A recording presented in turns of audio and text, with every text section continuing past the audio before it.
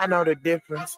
Be cool, boo, I know you dig it. Cause I don't wanna have quagmires with chickens. I'm giving my Peter, you not Lois Griffin. So King gon' roll to the day he die. I'ma tell a bitch, hey, if she say she buy. I ain't claiming my haters, I ain't got enemies. I don't do foes cause I ain't P5. Hurry up with the funk, underlay EI. And if she don't wanna play, it'll make me sigh. Cause the groove that I got so motherfucking hot, I'm sizzling shit. It can make me fry. So how could you not want it? I'm the biggest, I know that. So how could I not flaunt it? I'm so mean and the flow so clean. I just put a web flow sign and a mop on it. I'm untouchable. These niggas can't see me, family. Out the wazoo, niggas wanna be me randomly anymore because he speak candidly. Got him giving coochie cocktails. Bitches wanna feed me, damn it. He get funky, you know that. The only thing that stop me acting a donkey is Fiona and Shrek. I don't stunt, I'm too bony to flex. Now rewind it and tell me where you hit something and wrong in your set. Got a new pair of Saucony's, I'm fresh. Now revenge fucking bitches who played me is my only regret. King drop cold cuts and that shit just be landing me in bread. Okay, this the baloney effect, but I'm laid back. I got boppers watching, trying to knock some boots. Need I say that? So I need a freak who wanna sneak and geek. That's right up my alley like stray cats.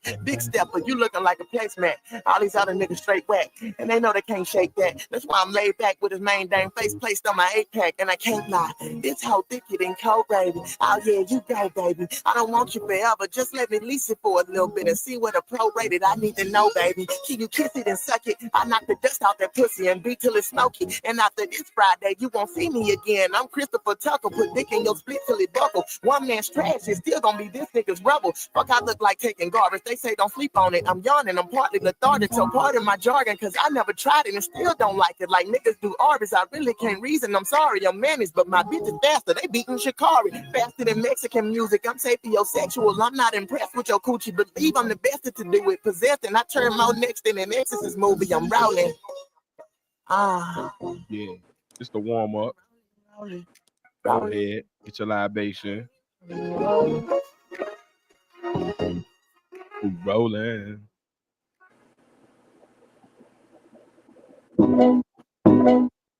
Rowdy, show me the money, I go and retrieve it. I call niggas Jose, cause anything a hoe say, these niggas go and believe it. Tweaking, get y'all mans in them. Niggas be acting like fans and then let a bitch go and shenan. Not realizing that she gon' shenan again. I'm sticking to code. Me, I got bitches that mac on bitches. They give me the hoes. All of my bitches be pimping. Even my exorcism, Emily Rose. Damn it, I'm acting a fool again. Smooth and trim. Invite a bitch over to watch Hulu. And if she don't fuck, then I'm treating this hoe like a hooligan. Cause I'm not a regular nigga. I fuck on no bitch and she say my dick extracurricular activities up and back into these blue Benjamin thingies and stacking my Skrilla. They probably told you not to fuck with the kid because that would be pedophilia. I'm recalling all of the bills that I stacked. I remember them bitches for memorabilia. I ain't got no ceilings, my bitches vanilla. A nigga been chilling so hot that I sizzle. I'm really a skillet. Bitch, I'm the one and I'm still not the one. Shit, I'm really a riddle. Got a young nigga on the way. Like going in about 3-4 minutes.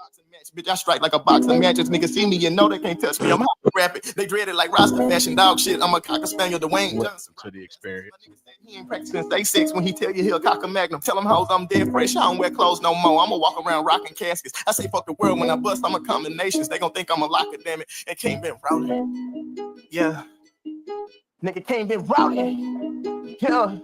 Look, seem like the more that I teach him, the dumber I get. I'ma stop trying to help a nigga. I done took too many losses when I done went right. I think I'ma go left a little. I'm about to be thunder kicking, taking niggas. Gotta flush them out. We ain't protecting niggas. Chill, I don't wanna have to check a nigga. Really reckon shit is how I reckon with them. Y'all gotta stop pillow talking with these bitches when you know about it. Knowing if you get these bitches a secret, they gon' tell their people and grin about it. Bitches pretend to be friend and get in your business and go tell their friend about it. Knowing if you send that hoe to the store with a 20, she gon' get a 10 about it. I need a bitch to gon' pick up a nigga, eat dick up a little. I like my bitch pick up a little. I really work in sanitation, these niggas is trash. I gotta come pick up the little. I really think that look at my nose, no lies, sit up a little. Baby, rocking the going about 3 minutes. Check the credentials, I think it's essentials. I'm killing these niggas sequential. Baby, this shit can get deep when I talk with my mouth, and I'm talking like deeper than denture. Pull it out, I'm never tucking it. Make the shot, it ain't no brick on my bucket list. Fuck it, they skinny, small, tall, chubby. I'm not the nigga niggas wanna be fucking with. Pretzel crust is back.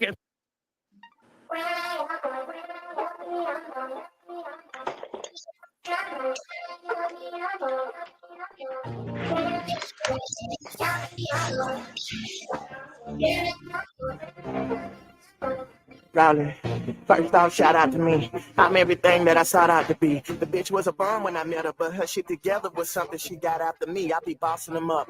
Put a whole aura on dental stringers. You flossing the word. The price to be the boss was on clearance when I bought it and really didn't cost me that much. So I copped that flow, still nasty. I got that. I make them buy when I drop that. Niggas going by the design of the flex, but the way I'm designed is a flex, so I rock that. I ain't capping about it. A nigga try me, I'ma slap him about it. I don't play tennis, so bitch, I'ma ball on the net until they make some racket about me. I'm rolling the way that I sprouted with this shit. They think I'm a Brussels. I'm from the sip, not a guzzle, so niggas just puzzled at how I've been piecing these pieces together and keeping it settled. I come out the buckle with it like I'm Pootie Tang. Nigga, platinum plats, I need a couple, cause this what they like. Mosquito bites on your bicep. This shit gon' bump off the muscle. I'm out of control, and it ain't no taming me, nigga. Believe me, I'm a dangerous nigga. They know that I'm hard. I just be a pyramid, dog. I'm a triangular nigga, and I'm not at all happy with the shit that I'm witnessing with all the ball capping. You niggas is plank size, and they made me the leader. I didn't even call captain, but I'm killing them all. Yep, I let it all blasting at the whole game, spraying everything. Fuck it, everybody getting straight today. You niggas is dog catchers. To get where I'm at with this shit and the level I'm on, you gon' need a tall ladder.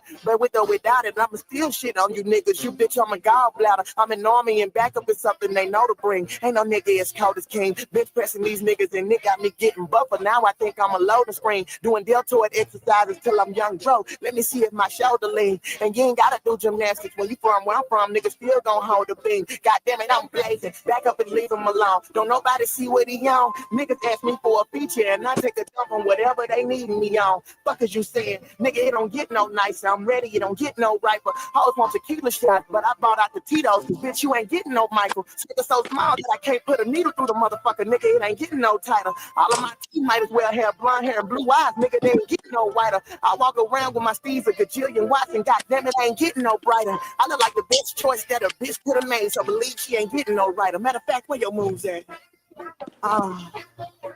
Shut me on move.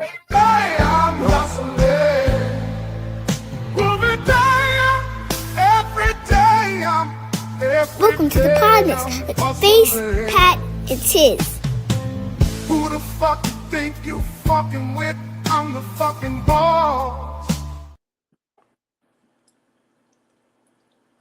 What's up, guys? Welcome to the Podnas. This is a show with three friends separated by distance, connected by brotherhood, having weekly conversations that you can join in on. And as always, I'm 1/3 of the Podnas.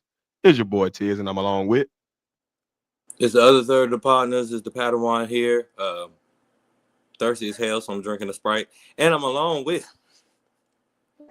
If you can hear me, it's facing the damn place. What the fuck?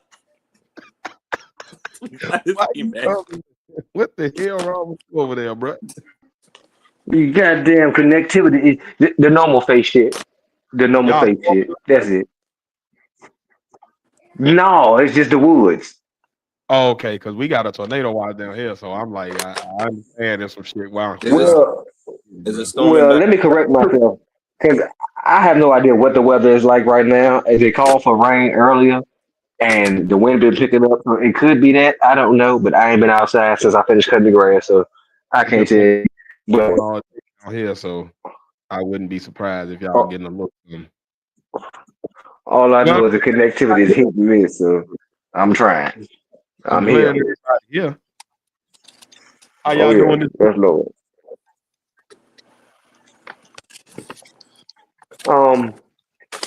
I have been better, but with a great support system around me, I feel that I'm getting better in the moment.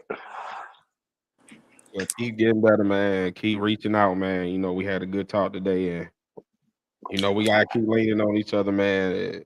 Hey, life is life out here, man. So to anybody going through it, man, our prayers up for y'all, and just reach out to your folk, man. That's all we can do is just vent to our folk and lean on each other and help each other as we can, man. Because shit getting real out here for everybody, man. There's some spiritual warfare or something going on, but it's getting hectic. So yeah, man. Getting something. For sure. Pat, how you doing this week, man? I'm doing better than what I was. I'll say that. I'm doing better than what. Hey, man. Hey, as long as we moving in the right direction. It's been hectic. I mean, you know, it's just doing stuff. You know, adults and all that stuff, paying bills. I had to re-sign a lease for where I stay at, and just been a whole bunch of stuff this week. But I've been having some good signs. I don't want to say good news because it wasn't good news to me. It was good news to somebody else. Mm-hmm. But I took that as a sign, pretty much. So, Hey man, I good, will. good is coming. Hey man, anybody out there, and it's to y'all too. You know, I ain't gonna tell nobody what to believe or who to believe, but I tell you this, man. Hold on, gave me some good advice this week. And immediately I started seeing something. He was like, "Look, man, I know you pray. You know, and I know you have your time with God, and you do your devotional, and you get your Bible reading on, but just sit down, have a quiet time every day where you just pour your heart out, still and real quiet for about 30 minutes, and just listen. And he gonna show you something." And I tried it. And when I tell you, like, immediately, like within 5 minutes of me doing it, signposts started happening. Not necessarily nothing, you know what I'm saying, life changing, but it did show me like, all right, so you hear me up there and you trying to talk to me. I just gotta listen a little closer to hear what you're telling me. You know what I mean? So keep pushing y'all, man. It's been a week for sure. That 30 minutes of quiet is like gold. It's real though, like, cause like a lot of times we pray and then we get on the go. We pray and then we get to work. We pray and then we get to the next hustle. We pray and then we get to the kids. We pray and then we get to, you know, the next grind or the next problem. But sometimes you gotta just sit there and just listen for a second, because we be talking a lot to God, but all the time we don't necessarily hear what He's saying. And I will tell you that I don't know that it's gonna work for everybody. I'm not gonna tell everybody what to do, but just try it and see if it works for you. The damn show, I definitely. Sometimes you just need to see all right, I'm all right. I'm moving in the right direction, and it helped, man. It really did help change my whole outlook on the week. It picked my spirits up, and so yeah, man, y'all try that shit, man. I think that's part. I don't know what it is, but I think that's part of me. And you know how an introvert, if they'll get drained if they're around too much social activity for a Yeah, while. yeah. I think that's part of me. I think that's part of my how do you say, not draining? What's the opposite of draining? Powering up. I don't want to say anything that's positive. Man, So let me tell You, you you something. hear your tooth. We'll just hit the whistle, but look, get in your car, go to a cul-de-sac, go to a quiet place in the house, go to the back porch, go to a quiet spot in the yard, and just sit for like a good 30 minutes every day. Find you a space to just sit in just silence. No phone, no videos, no books, no nothing, no people talking to you. You not talking to no people, no nothing, and just sit. And if whatever you believe in, whatever your spiritual belief is, pray to the God you love, or pray to the whoever it is that you whatever it is that you feel gonna move something, and sit in that 30 minutes after that and just sit in silence and just listen. We talk a lot every day, but just listen. I promise you, you're gonna hear something, and it's gonna be it's gonna trip you out how this shit happened. Like you're gonna be like, damn, oh shit. All right, I can do this. Like you're gonna get some signpost that's gonna let you know, all right, move this way. You moving already in the right direction. You're gonna get that reassurance that you're looking for. And it changed my whole week. So I've definitely been doing it for the past 2-3 days, and it moves, it shifted something. You know, I already had a routine, but it shifted something in my routine, and it made it, I don't know. But try it, guys.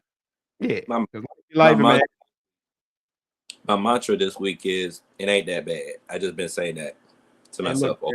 it really ain't, yo. When I look at it, yo, like I look at people, like I've been watching Godfather Harlem. I've been watching a bunch of videos. Like I've been watching a bunch of shit this week, and I've been watching people in really fucked up situations, and they be like, "All right, I'm gonna be all right. I'm gonna make it through. I'm gonna figure it out." And I'm looking at them, and I look at my situation like, "All right, I'm gonna be all right for sure." So I can do this. Mm-hmm. You know what I mean? And sometimes you just need to find them signposts to just reassure you, man. But enough with this melancholy shit, man. I'm gonna tell y'all, we coming out the gate hot tonight. I got a fucked up tape, and Before we go far, I heard a good quote. This week or last week, and it applies to everything we just saying, man. It applies to life in general. Good times or bad times. The quote is, "This too shall pass."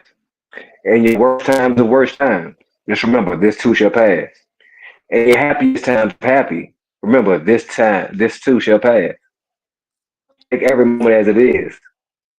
Live in that moment and go forward because every moment there comes shall pass. 100. 100. Amen. We never look, man. Every moment we done had is already in the past. Like the moment we just had, the moment we having right now is gone. By the time I say it gone, it's gone. So just man, just live in it, deal with it. And one of the things that I heard this week, and I needed to hear it. We always say like God won't put too much on you that you can't bear, right? But a lot of times we miss the real message in that, and that is like you're going to have shit put on you. The shit is going to get heavy as fuck, but you won't break because you're gonna always have that lifeline, that support, that piece of something that allows you to like, all right, I'm gonna be all right. I'm gonna make it to this next month. I'm gonna be able to take this one last step. Like even Jesus in his darkest moment, he carried the cross, but then somebody came up and helped him carry the cross the rest of the way. When he thought he was gonna break, nope, the help came. And that's what I'm saying, like, if you a believer, that's the greatest shit. So like if he can deal with that and he got help at his greatest moment, you can damn sure know that your help is coming. And this is primitive time. You don't got no insoles on your shoes. Oh And you're on sand and rocks in the man, heat. hot rock. You don't got no phone to look. So up, and when you thought you was gonna break, and you supposed to be the son of God, and you broke, but before you could actually break, God swooped in and said, "Hey, I got you. I'll carry the cross with you. I got you. You just deal with what you're dealing with." So like, man, it's some shit on the way, man. We just gotta hold out. You feel me? But Hold on, change yeah, is coming. Phace is space. But we about to get into it, man. I'm gonna tell y'all now, man. If you don't like spoilers, if you don't like movie talk before you seen a movie, I'm gonna tell y'all now. This is the time where you go. I'm gonna play. I don't know. I'm gonna play something and give y'all like some seconds because in 30, we about to talk this shit, and y'all gonna get mad probably at what I say because I got some good This shit is to a say. face warning. I know somebody gonna get mad at. So this your This is 30 a face seconds. warning. Get the fuck on because we about to talk about this Sinners movie, man. If you ain't seen it, the spoilers is coming. This is a face warning. I don't care because I like spoilers.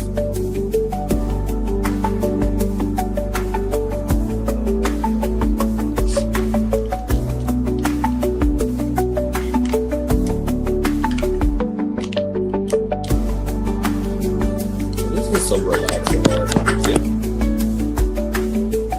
feel like I'm in the lobby at the weed station. Oh, Hey man. Hey, who the producer on that track though, man? I like that track. that is StreamYard. DJ StreamYard. They That getting he reminds getting down with this shit, me boy. in That the shit weed. was rocking on it. It was calming on it. She had me in my Mm-hmm. for sure. For sure. Look, y'all. Sinners movie came out. It's a thing. It's a topic. We're gonna talk about it. Me and Faye saw the movie. Pat did not. So I'm gonna tell y'all now. Pat is catching a lot of spoilers. I don't But care about spoilers. he said so. We're gonna roll with it. I don't We're give a gonna fuck about roll with it.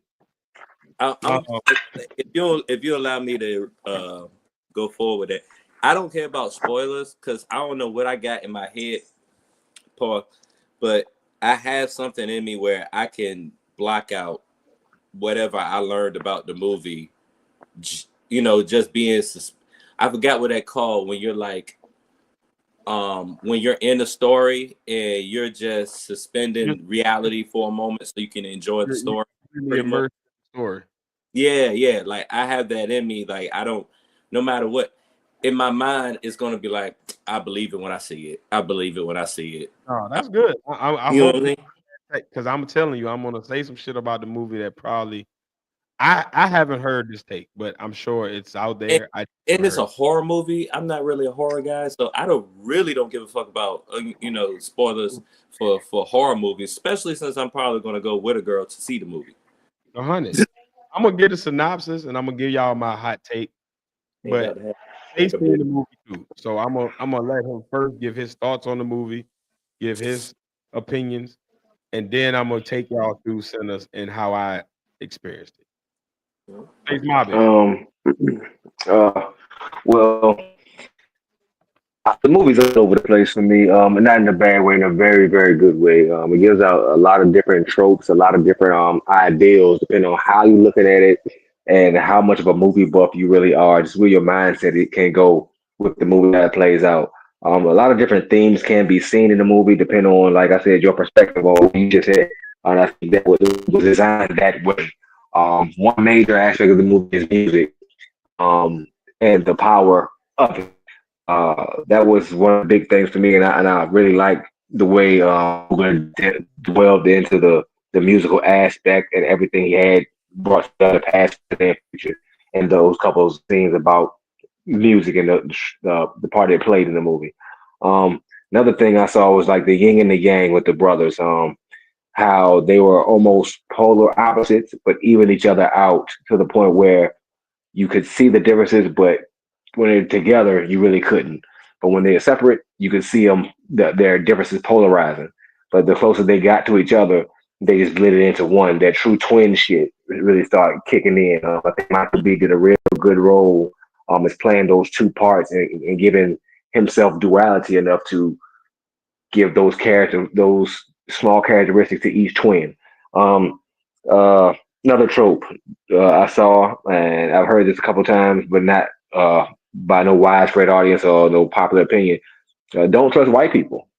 Uh, just as you see the white people won't trust it off jump. There was some odd to the black people in the movie, like why y'all coming to our party? What y'all doing? Y'all can take that somewhere else. The one young lady who looked white, she wasn't white.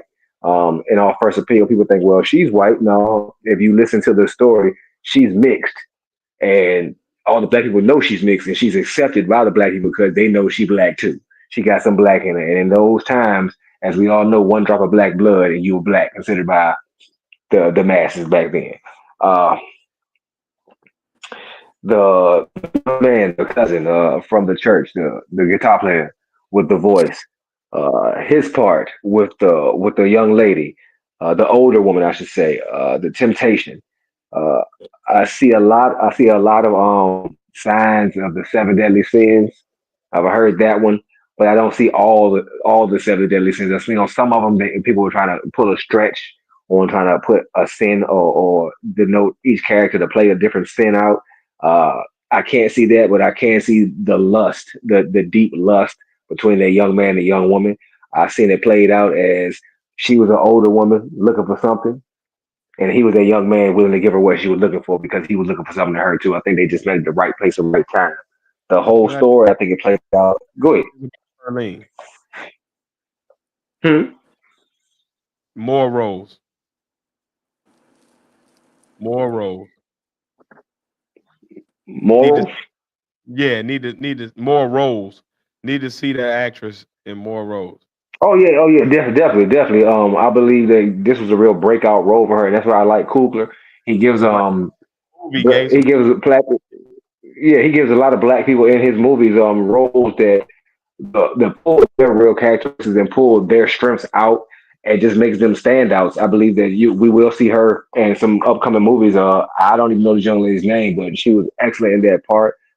Just her body chemistry, as far as what she added to the role, as far as the singing on the stage and her total performance, it really yeah, just added a little bit more to that little party scene. for sure, for sure. Like and her ability to play a sex pot, but also not play it. She played Overly sexy. She played it sultry. She played sultry but sexy at the same time. well, fuck it. You I didn't got you didn't look at her bad about it. You know what I'm saying? Like it was some about like the actors and actresses in this movie, I will say this. They did their jobs well. I won't knock them at all. They kicked ass. question. What did she play it Like, like you knew that was her role, but that's like an afterthought because what she did in the movie kind of outdo the fact that she was like a sex bot, basically. I don't know. I just know that like when I watched the movie, I watched it twice now. Um and on the second watch, I kind of what's up, visuals? What's up, YM? How you living, love? Um, that's a good point about Cooler. The actress's name is Jamie Lawson. That's her name. Um, what I would say about her is I've never seen her in none before, but the way she was able to portray an adulteress but make you not feel bad. Like it's a hard thing to make somebody not feel bad about okay, this Question. was a fuck person. Question. Do we not feel bad because we're not introduced to her husband? Do you I think we would have felt bad or felt a certain way more about her if the husband was introduced in the movie? I would agree with that. I can't argue with that point. I think that definitely helps because if I see her husband and I see his plight due to her being what she is and him being a cuckold, I will probably have more sympathy. But I think because I don't ever get introduced to him, I'm able to more empathize with her. So I definitely think that in the screenplay, it's written in there that he can't be around because it does help you to allow her into the story, even though she really ain't a part of it. Like, you know what I'm saying? Like, she really ain't got no ties to nobody except for she just happened to be the dude, the woman that this dude liked. And he happened to be, So you know what I'm saying? But so I think that it was meant for her to like we can't meet her husband because if we do, then now we're feeling more sympathetic toward him. And then that lends us credence to not like her and not accept her as much into the group as we end up doing. so can, so would you say another thing coming from this movie is saying husbands watching wives because the two known wives in the movie you never see their husband, but they're both at the party doing seductive ass shit with these men who are not their husbands, Say that. i.e. the black lady who's singing and the little mixed girl. So what I can't say is this. I can't say that because also you get the impression or at least the inference that Smoke and his wife or his woman are married or at least considered and living as if they're married. And she Yeah, did but you looking at that as that's his main or that's who holds him down all times versus the traditional type marriage shit with the other two. I feel what you're saying. I just don't agree. I think that Already. because I think that because you have the third party that is not on it. Like if she was on some fuck shit too, then I'm rolling with you that that may be a theme that they trying to portray. But I think it's more of they're trying to show different levels of relationship and how we as black people navigate that. So you got the adulteress that's pining for this new young thing and this young thing that's pining for her, and they probably match more than her and her husband, but how do they deal with that? You see what I'm saying? And then they got another dynamic of okay, this woman that moved on because this her long lost love left her and ain't checked in on her in years. So she had no choice but to move on. And now he's back and I still love him though. So you got that dynamic. And then you got the we've been in love, but you left me and I'm still here waiting for you. And what does that look like when you do finally come back into my life? So I think it's more showing the three different types of relationship that you can have. Like you can have the just straight through love where we go through these ups and downs, but how do we look like when we reconcile? You got the I had to spin the block, and then you got the this a new love, but I'm already in a relationship. How do we navigate this? So I think you get those three dynamics and those three feels. So no matter where you at in the relationship, you can kind of empathize with at least one of the relationship. And I I think would, that's more the thing with that. I don't think that was a theme as much as it was a let me make sure people in the audience have somebody that they can connect with on different levels. So even if you don't really connect with the vampire thing or the crime thing, you can connect with Perlene if you a woman that's looking or a man even that's looking for like, damn, I see this person, this probably the right person for me, but I'm in a relationship. How does that look? And then you got another, you can connect to being the person that's being pursued by this person. And you know what I'm saying? So I think it was more trying to give connection points. But I do understand if you do take it as don't, you know what I'm saying? I can't argue it. It's just I don't agree, but I can't say you wrong.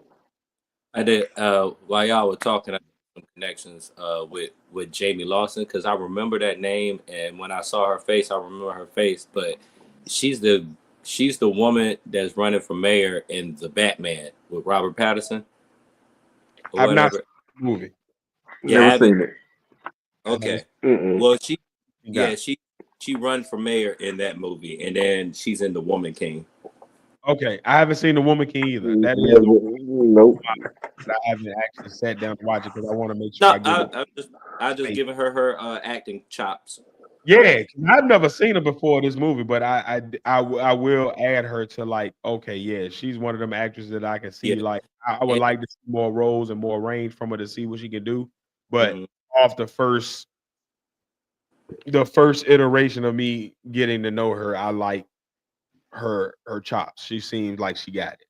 Yeah, I just wanted to see where she was at right now. When As far when you watch her in this movie, check her like she plays a part that should be somebody that's disliked, but it ends up you empathize with her and you rock with her.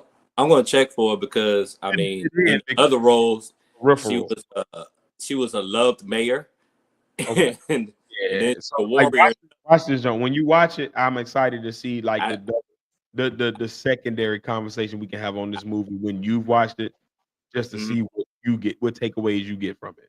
I just like the fact that she got a lot of versatility with these Yeah. roles.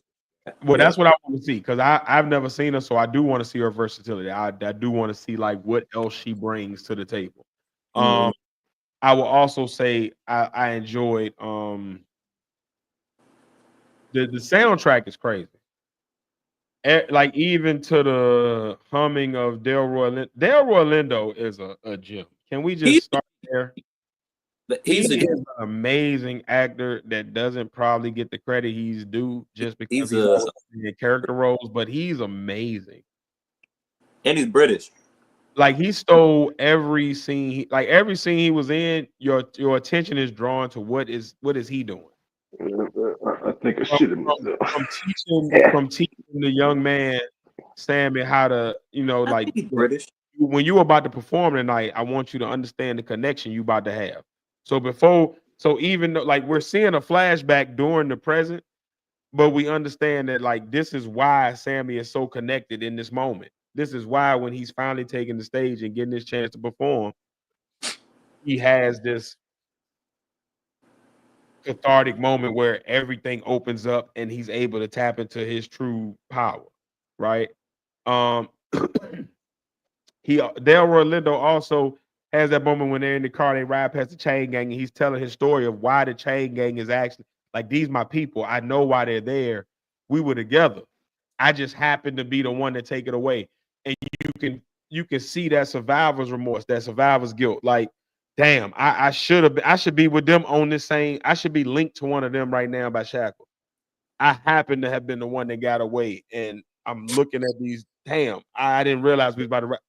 And I'm so caught up in emotion, I can't even talk no more. Like I'm trying to finish my story, but I just got to start humming, and I just got to connect to the music because that's the thing that can heal me right now. That's the thing that can give me some power right now. So I love the connection to the music and just the soundtrack and just the way that they connected each scene to a song that showed you the emotion and made you feel why the character like it gave you an extra oomph behind why the characters were doing what they're doing on screen at the moment. Like even I'm going to get to the synopsis. I promise y'all. But like, even when we're talking about the scene where you got the vampire, the Irish guy, and he's connected to his heritage, right? And he's singing the long road to Dublin. Like, he's you get every scene is connected to a song that allows you to understand why this character is feeling emotion, and it draws you in. So even if you didn't quite catch it through the the dialogue or the emotes that the characters on screen are portraying, you caught it through the feel of the song. Like, you by the end of the scene, you were connected. So I love that Coogler did that. That was a dope way to tie in the theme of the whole movie, but also keep that connection driving home in each scene. So when you forgot, oh yeah, this is a movie about really music and its connection and its ability to connect past, present, future, everybody together and make everybody, no matter what your heritage is, feel you all we all feel that connection, because before there was language, there was music. Before there was a way to really say what you were trying to say, you had that mm, mm, mm, that march, that beat, that rhythm that drove everything. And it's in everybody's DNA. You know what I'm saying? So it was a dope way to see that connection. I do want to say this, and I'm about to get to my hot take, but I want to get to the synopsis first. Does anybody have any? Phace, do you have any other takes before I get into the I, synopsis, and then I'm going to tell you my hot take? I think he dropped out for a sec. Okay, no problem, no problem. All right, so synopsis of the movie. We about to get into spoilers, so if you haven't seen Sinners, this is where you want to drop off. We have two brothers.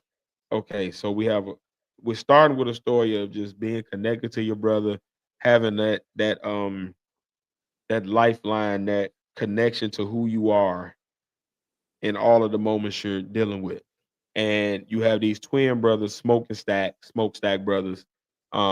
Smoke is more of the logical, rational. I'm thinking practically, and I'm moving off of that. I don't care.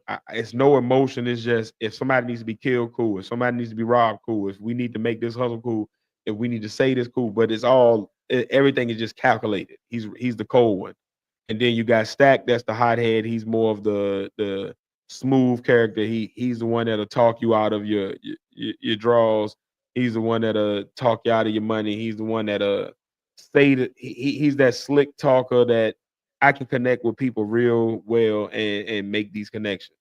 So you're introduced to these brothers. You're also introduced to this young man, Sammy, who's their cousin. And at the beginning of the movie, the two different stories that are connected is Sammy is a preacher's son.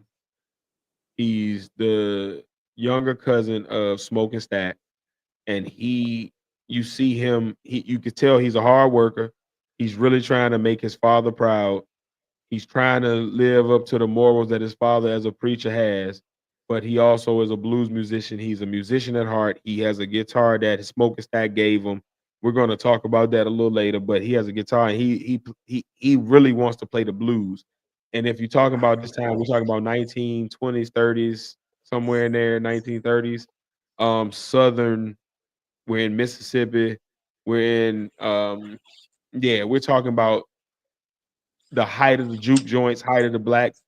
We're trying to reconstruct after slavery and after the Reconstruction era. We're trying to get our lives back on track, dealing with Jim Crow. We got sharecropping at its height.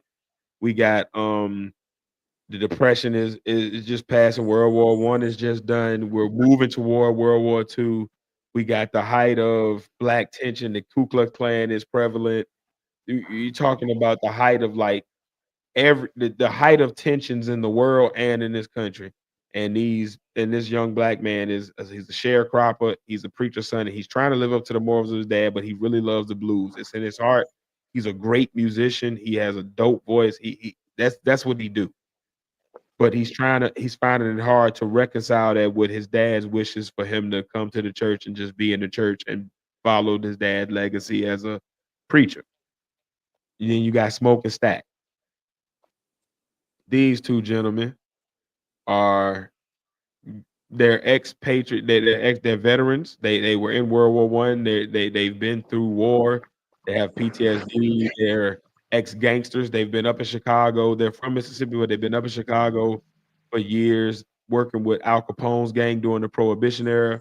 So these are gangsters, military men, but they have their own personalities, and they have and their little cousin Sammy is down here in Mississippi, and they come back to Mississippi to try to make their bones. They pull the hustle on the Italian and the Irish mobs up in Chicago that they were working for, and they're now here in Mississippi trying to make their bones, and they're working through their stuff, right? Okay. Mm-mm. So that's the premise we're left with as the entry scene ends, and you get the entry credits. And okay, so Smoke and Stack are waiting on somebody. You see them hanging out. You can kind of get their relationship. You can kind of see that Stack is kind of the younger brother, even though they're twins. And you can kind of see him. He's rolling a cigarette for his brother. He lights a cigarette for his brother. He's kind of like, you can see that Smoke is kind of the leader, and Stack is kind of the, I'm rolling with my bro, and Smoke is kind of the protector of His, Stack. He's his kind of, ride or die shooter. say it one more time. Like his ride or die or shooter. Yeah, Smoke is the shooter and the head and the brains behind the operation. Stack is the words and the, hey, I'm a good soldier. So you can kind of get that dynamic just by watching them interact in this few moments. They're not really saying anything. They're just sitting there watching the clock. Cigarettes being rolled. They smoke a cigarette. White man rolls up in a truck. You see them there. They're trying to build a transaction with this white man, and you see the dynamics of the racial tension and the issues that we're facing back in the 30s. You have a northern black who's been away from this sharecropping, slavery, Jim Crow type of mentality for years. They've been working hand in hand with other whites. They've been kind of exposed to a different life and a sort of freedom that the rest of the community that they're in now has not been afforded. Mm. Right? So now you get to, okay, we're at this point where we're trying to make this transaction. You can see that they're trying to buy this old sawmill or whatever from this white man, and you can see this racial dynamic of the white man kind of like, how you get this money? He ain't saying it, but his vibe is, how you get this money? What gives y'all the right to even be able to buy this place from me? But you see the dynamic of the twins, and you kind of see Stack rolling up behind the white man doing his interaction. And as the white man is trying to get racist, you see Smoke like kind of taking the authoritarian position, and Stack kind of sliding behind, like, yeah. And if you fuck with my brother, I'm about to fuck you up. And they make the deal. They buy the sawmill, and you realize that now they're trying to turn this place into a juke joint, and they're trying to get their business handled, and they're trying to establish some type of legitimate business down here in Mississippi in their hometown. And you see, okay, we're trying to get this done. We're trying to get this done quickly.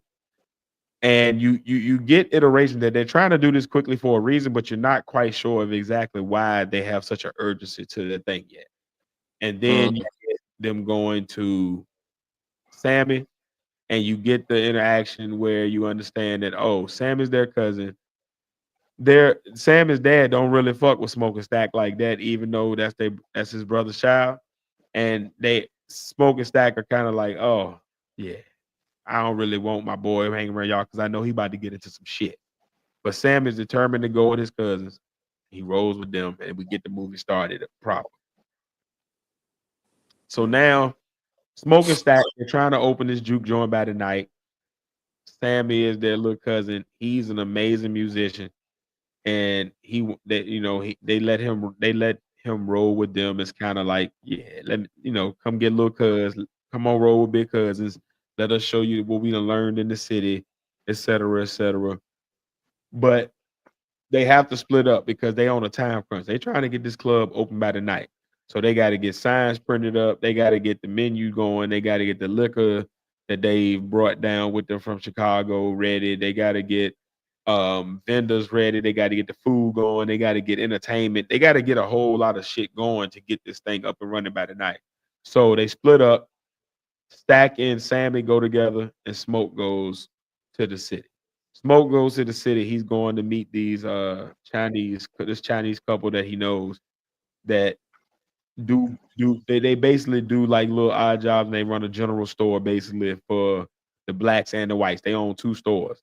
And that's an interesting dynamic that I don't see a lot of people touching on. But the fact that you have this Chinese couple in the South, a lot of people may think that that's weird.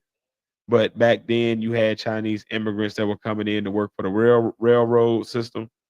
So a lot of these Chinese people were integrated into black communities because they didn't quite fit in the whites, they didn't quite fit in the blacks, but they were able to mingle with both because they weren't seen as a threat by either. So a lot of these people were that's how a lot of when you look at now, you get these corner stores and these bodegas run by Asians and you wonder how that started. This goes way back to then where these Asians were coming in, they were working on the railroad as cheap labor. They were even brought in as sharecroppers and slaves, um, at what damn near slaves, not slaves, but sharecroppers and that type of thing to get white people free labor. So they were integrated into the system, but they weren't seen as black. So they were still able to buy their freedom. They were still able to earn their freedom over time. And ended up trading with both sides since they were able to intermingle with both sides. So you see this Chinese couple that Smoke goes to see, and he's trying to get a sign printed up for the night. He's trying to get his menu printed up. He's trying to get somebody to help him with some of the logistics of getting this club up and running for the night. And you see, even when their daughter is going to get the mama, she goes from one store that Smoke is in on the black side of the street, across the street to the white side of the street, to where the mama is running another store on the other side. So you can see this weird dynamic that you have between the races back then and like how these things were formed. And I think that plays into later on in the movie when we get to the climax. Any thoughts so far, Phace, before I go further? I You think that's like good? the first act of the movie. Um, Mm-hmm. and then we go from there and we get into the second act of the movie, which is more okay. Now we're ready to start building. So you got Smoke. He's at the Chinese people shop. He's telling them what he needs. He's negotiating. You can see that he's a smooth negotiator. He's able to really like interact with people. You even have a scene when before he walks into the Chinese people shop that he's talking to this young lady, looks like a little black girl, and he's like, "Hey, I need you to watch my truck for me." And he's negotiating the price for her. He's even showing her the art of bartering, the art of negotiation, the art of like getting the price down to a fair price for you without taking no shorts. So he goes in the store. He's negotiating with the Chinese people. He gets them to do the deal so that they can come make the sign for him and have him up and running for the night. But he hears the little girl screaming, and then he goes out and he realizes that two black men are trying to rob his truck. So he shoots both of them, not lethally, but enough to, fuck you up. He shot one of them in the ass, one of them in the knees. But you can see Smokes like it's all business. It's like you stole from me, you tried to steal from me. I gotta pop you. But I'm also he then pays for the doctor bill. So you can see his humility, his like love for his people is like it's all business, but I still don't want to have my people fucked up. I want to make sure they're together. You also see that like Smoke and Stack are like big shit in this city. Cause like you see how people are moving for him. He's snapping his fingers, people are coming to him. You could tell that he's like a big deal. And when people see, oh shit, it's Smoke. Even the two dudes that was trying to rob him, when they see it's Smoke, they're like, oh fuck, I'm fucking up. So you can tell they got like a legend around this area and like a name, like, oh, don't fuck with them two, because they gonna get you. Um, then cut to Stack and Sammy. They riding down the road. They're going to get the entertainment, the other stuff that they need for the night. So they're going to find this musician cat at a train station so that they can get him to come play at their juke joint tonight. As they're riding, Sammy got his guitar. Again, I told you he's a great musician, and Stack is like, "Well, let me hear what you can do with that guitar." You find out that the guitar was given to Sammy by Stack, telling him that it was a famous musician's guitar. So Stack has kept this thing in pristine condition all his life, and that's been the guitar he played on. So Sammy gets to singing, and Stack is blown away to the fact that, oh shit, this dude like go, like he's a star. So he lets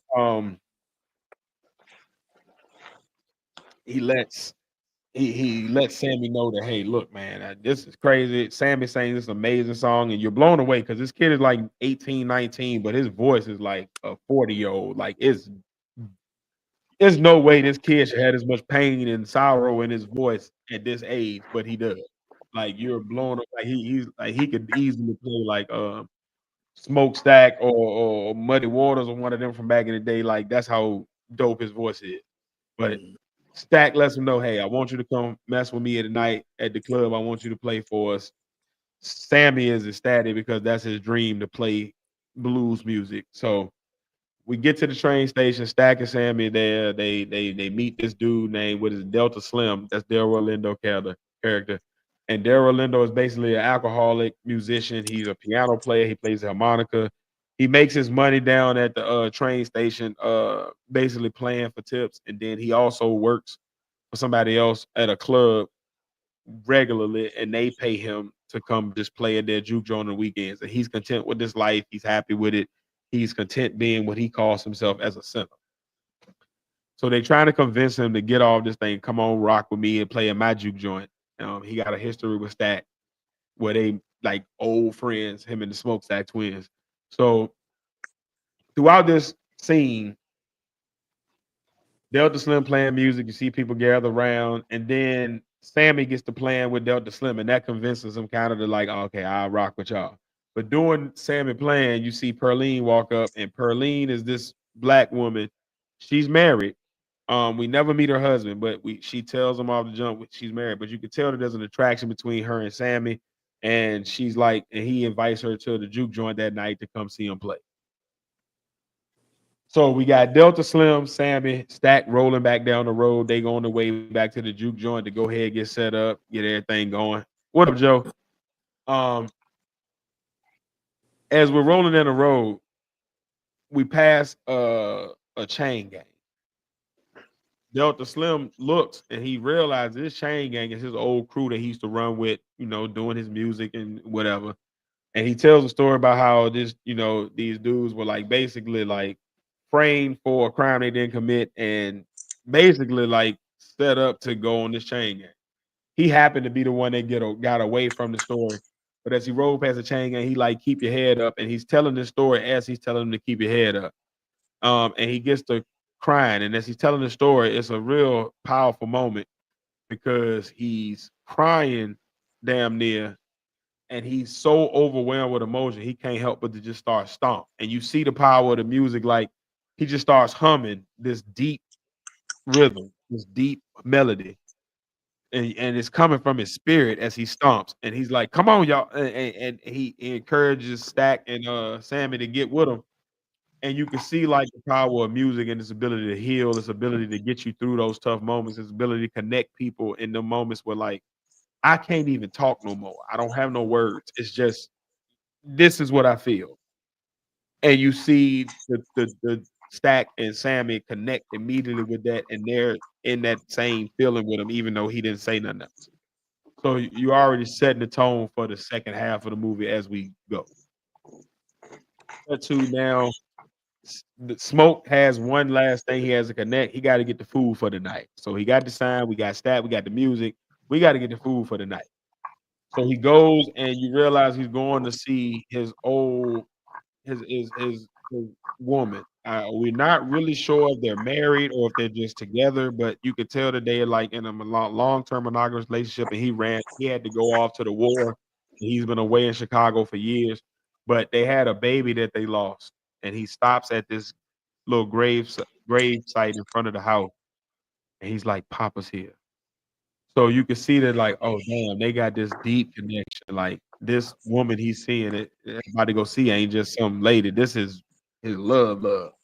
So he goes to see her, and she's a voodoo priestess, and she's in there, selling her incantations to another community member, and the community member leaves. So that's how they set it up. And she gets to trying to like, they get to talking about their past. So you get a lot of understanding of like they love each other, but he's been gone for a long time. But she's been holding it down since he's been gone. She's kept it solid for him, but she's been selling her potions and her magic and using that as a way to make money until he gets back.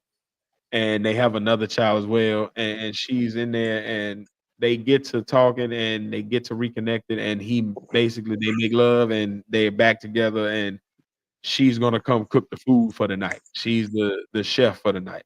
So now you got the crew getting together. You got one last stop, and Stack and Sammy and Delta Slim got to go get security. You got to have somebody to watch the door. So they go find their boy Cornbread, who was out here in the field sharecropping. And Stack gets to talking to Cornbread. And this is one of the funnier moments in the movie. I ain't gonna say the line, but if you watch this part of the movie, you gonna laugh. Stack basically talking shit to this nigga to get him to come on. But the shit he talking involves good money.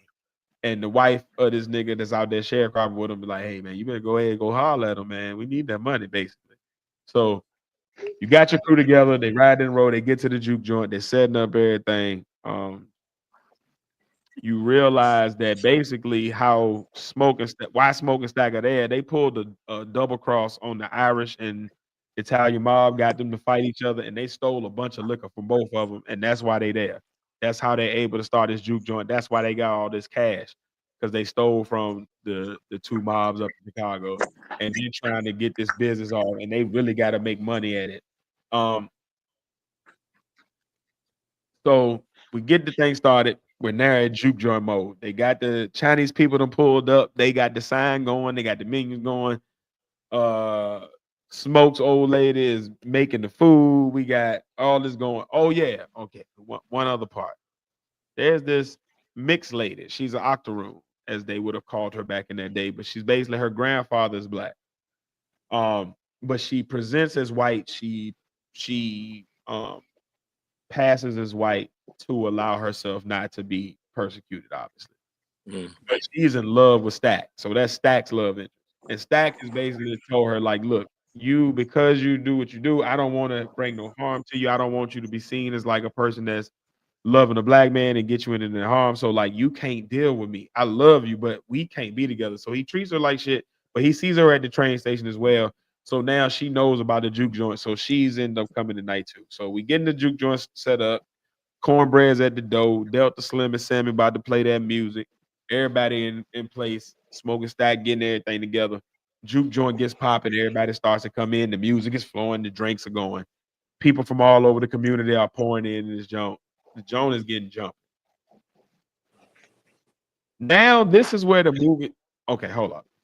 Intermission. I gotta go use the restroom. Phace, if you could take over the synopsis for me, go from here. We're at the juke joint. Juke joint is starting to pop. Go. I'm gonna go back a little bit because you forgot a part. That nigga's off the rail. So I'm gonna go back a little bit. Tis forgot the part about enter the damn white people, the damn vampires. So you see this man come out of nowhere. It's daytime. He comes. He arrives at the property with burns all over his body. When he first arrives, it looked like he jumped from something, but you never see what he jumped from. He just lands and starts running towards these people's house. Open the doors. These two white people. Don't know their true nationality. Just know their complexion. They're talking to him, two different accents. So I'm guessing the couple that opens the door, I'm guessing they're locals to Mississippi, and this guy, he's not from around at all. Uh, so he talked to them. He's pleading them to get some help from him. He's saying that some Indians, I believe it's Choctaw Indians, are chasing him. They're saying that they don't exist around there. They haven't seen any Choctaw for a while. While they're holding a gun on him, he's able to get them to invite him in the house because of his condition, his complexion, and I guess him pleading so much. Unbeknownst to them, he is a vampire. The Choctaw Indians come to the house looking for him. The wife answers the door with the gun. She convinces the Choctaw that he's not there, um, but she really didn't do a good job of convincing. During the conversation between, I guess, the Choctaw leader that was actually looking for him with the crew, one of the crew members that was still on one of the horses, he signaled the leader with either a whistle or some type of signal he did. The leader looked at him. He said something to the young lady and departed from the house, got on the horses, and they left. Once Cut to the again, young lady going, go ahead. Choctaw are known to have like spiritual warriors that like if it's shit they believe is supernatural, then they have like these warriors that are like tasked to like go fuck them up. So these are the warriors. That's why the dude was burning because this dude. It's never said, but it's implied that he must have went to that tribe looking for help, thinking he was about to get some help, and thinking he was about to get an easy victim. But they already know about spirits, so they was tied in, similar to some other people later on in the movie that we'll get to. But it's showing the connection that like these different heritages have with the spirit world and how they're able to, how like you have these imperialist Caucasians that do not get the spirit world. So they're completely oblivious to what's going on. But all of these ethnic groups seem to immediately catch on, like, oh yeah, this nigga ain't right. Something ain't wrong. Yeah. But go ahead. You was right. So, cut to she's walking in the. She's cut to her. Oh, you good? Cut to her. She's walking in the house, calling for her husband. Go to the bedroom. The visitor, what's his name again? Malik, or something like that. He's sitting in their rocking chair in their bedroom. I forget his name, but he's the head vampire. He's sitting in the bedroom, mouth covered with blood, and now he's showing his full vampire grill. Um, she screams, of course. Cut to her seeing her husband on the floor. Name Guy is tells him that he's just very tired. You said Riddick? Remick? Remick. Yep, Remick. Remick. Okay, yeah. Yeah, head vampire guy, Remick. So he talks a little shit. Uh, Husband gets up after he's been bit. Now he's a vampire. Cut to the young lady, she's screaming. Now back to the juke joint. Go ahead, T. All right, so we get back to the juke joint. Um, we're at the throes of it now. We are livening it up because of all of these different lovers there.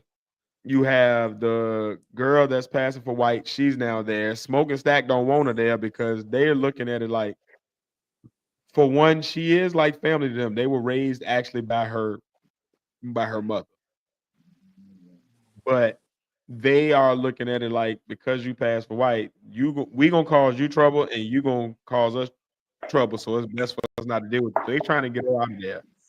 So Stack kind of pulls up on her like, "Hey man, I wish you would leave," but she's very adamant about staying, so she stays. Then you got the Chinese people. They're still there, finishing up the sign, finishing up the menu, and now they done got caught up in the music. They hanging out with them because they got a relationship with Smoking Stack. Cornbread watching the dough. He over there country bumping it up.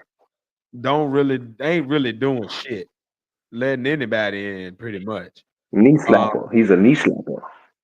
Mind you, we're in a sharecropper town, so people are buying a bunch of liquor, but they're paying with cash and basically wooden nickels and tickets and credits and vouchers and shit for different stores. Like, it ain't really real money. It's kind of shit that if you ain't in that community, you ain't gonna be able to spend that nowhere else. Um, and then you also got Smoke and his, smoldering love for his woman now. But he's really adamant about, we need to get this money. Can y'all stop taking these wooden nickels from these farmers? We need to get paper. I need cash, because if not, we about to be fucked. Um, and then you have Delta Slim and Sammy, who's kind of on this music tip, and now Perlene showed up. So so Sammy is enamored with this woman, so he excited because now he like, I'm about to play for this lady that I got a crush on. Oh Lord, You about to get some stuff. yeah. So now we in the throes of the party. Everybody's here. We getting it in, and then you get Sammy and Delta Slim. They playing the blues. It's Sammy's turn. Sammy steps up and he plays this song called "Lied to You." Man, when I tell you, before anything happens, just the song itself, this young man, like, if he don't get a Grammy for this song, that boy was singing.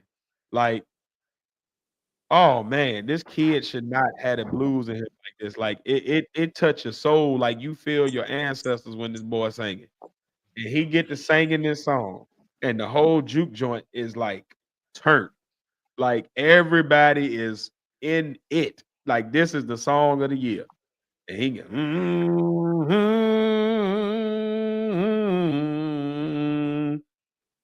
boy, I mean, he getting it. So while everybody in the juke joint dancing and stuff, you can see that his power is unlocking, and you see this flashback of him and Delta Slim talking before the juke joint actually opened, and Delta Slim telling him like, "Look, man, the blues is like a connection. It's a power. You can connect to the ancestors. It's sacred. So when you play, like that's what you're gonna be doing. You're gonna be tapping into like the spirits." And as Sammy is playing, and this song is going, and the juke joint is at its highest of highs, there's this scene. Okay, I'm gonna have my hot take, but this scene can't be denied.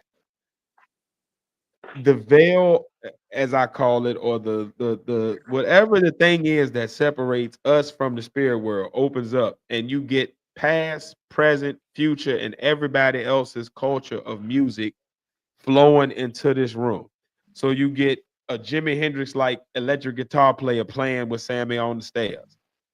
You get a drummer from somewhere in the 70s, 80s, killing it on the 1-2s, played by Raphael Sadiq. You get an up-to-date DJ mixing and adding in the funk of the DJ into this beat. You get the African drummer coming from the past, playing our heritage. You get the dancer with the African mask on, jamming. And then the Chinese lady, she get up and she grab her husband and they Your audio went out. It sounds They like get it dancing.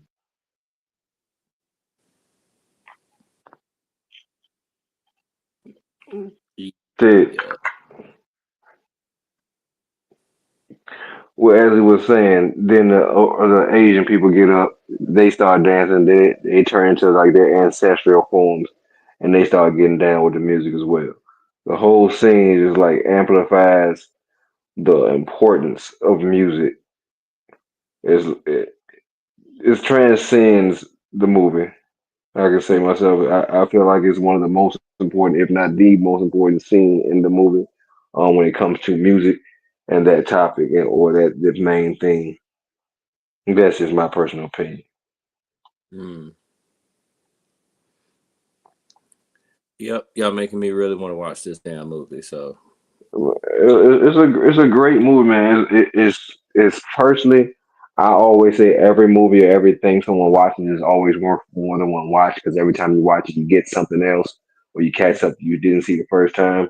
But this movie itself is worth a multiple watch because it's that good. First of all, but it has so many different layers that you can try to unravel yourself or just take in and then bring to a conversation because it's not just a regular movie conversation because I don't see this as just a regular movie. well, Ryan Coogler don't make regular movies. So my apologies, Wi-Fi kicking ass. true.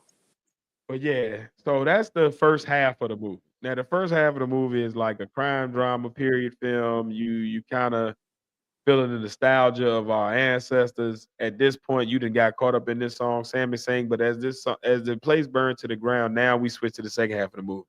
Face, anything you want to say before I go into the second half? Oh, I already said it while you was gone. Go ahead. For she's so as we go into the second half, as the place burns down, this is the in this scene of our ancestors joining together and all of these different cultures mixing to make this song happen. We've not had one edit. It's like a straight one shot. And the first edit we have is when we cut to these three white people standing on this hill looking over at the juke joint, and you see the back of their heads. And as they start walking toward the juke joint, you realize it is Remick and the couple that he has turned. And they are walking toward this juke joint, and they have instruments on their back for some reason. So now we cut back to the juke joint. Sammy and Perline, they done got the dancing during the end of the song, and Perline done got all hot and bothered because Sammy is singing his heart out, and they go into a back room and they kissing and hugging and loving. And Sammy gets early in the movie, Eating that Stack. thing.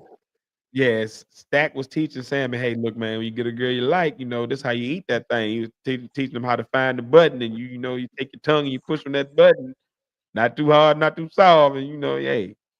So Sammy is anxious to try this on Pearline. So he going there. She like, hey man, Miles here.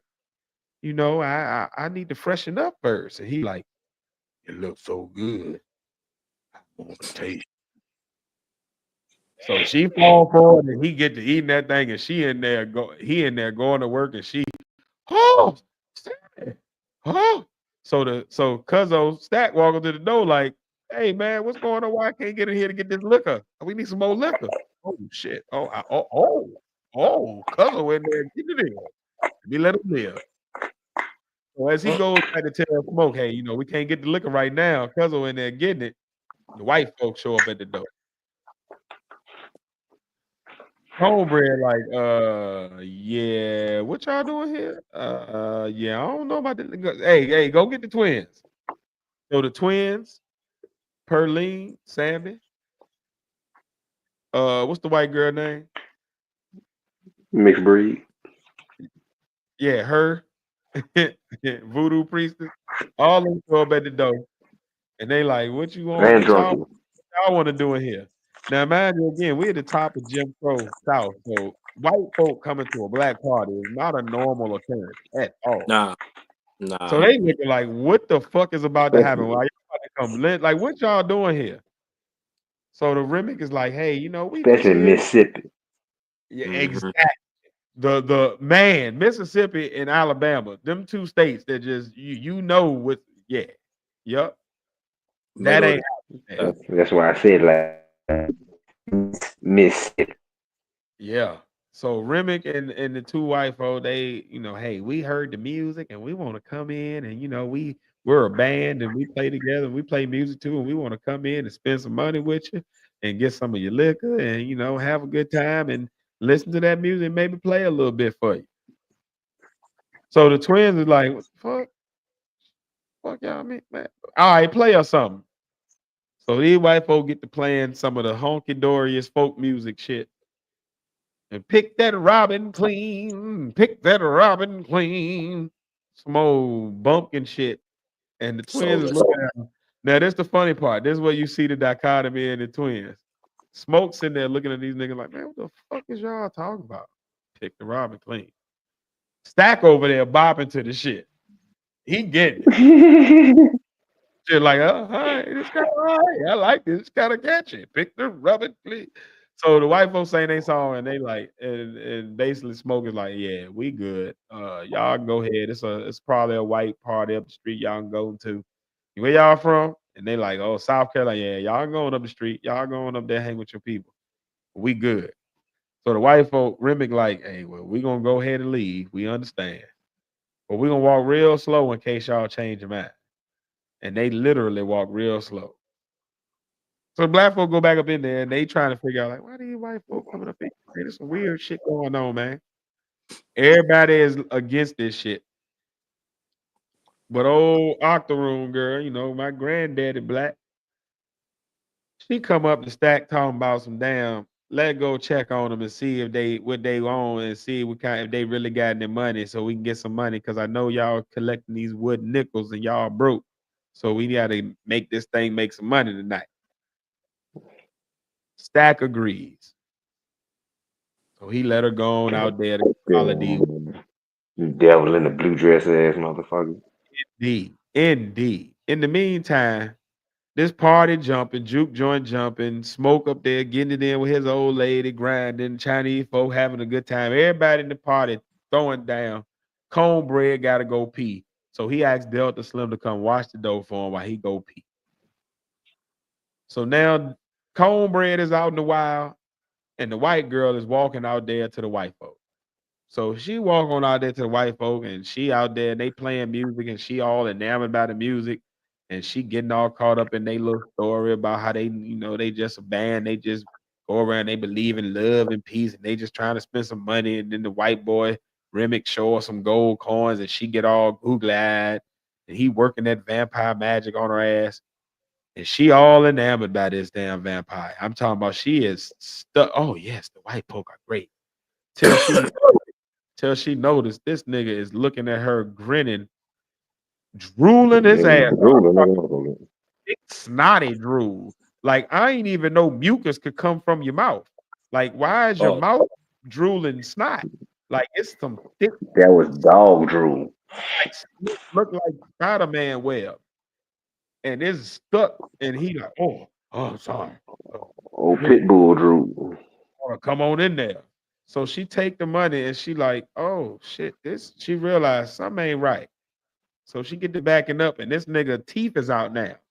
And he looking at her crazy, and the other white folk looking at her crazy. So she pull a gun out, and she get to walking back to the thing like, yeah, never mind, y'all good, y'all stay out here. Basically, she get to walking back to the damn juke joint. These niggas, as she walking back, she turned her back, and this nigga Remick leap on her ass, and we off to the races. And now we got a moving problem. So we know she gone. She dead meat. Cut back to the juke joint. Slim still at the door. Smoke or Stack. I can't remember which one come up and trying to figure out why he had the dough instead of Cornbread. And he like, well, Cornbread to go take a piss. He been gone for a minute though. So now they starting to get suspicious.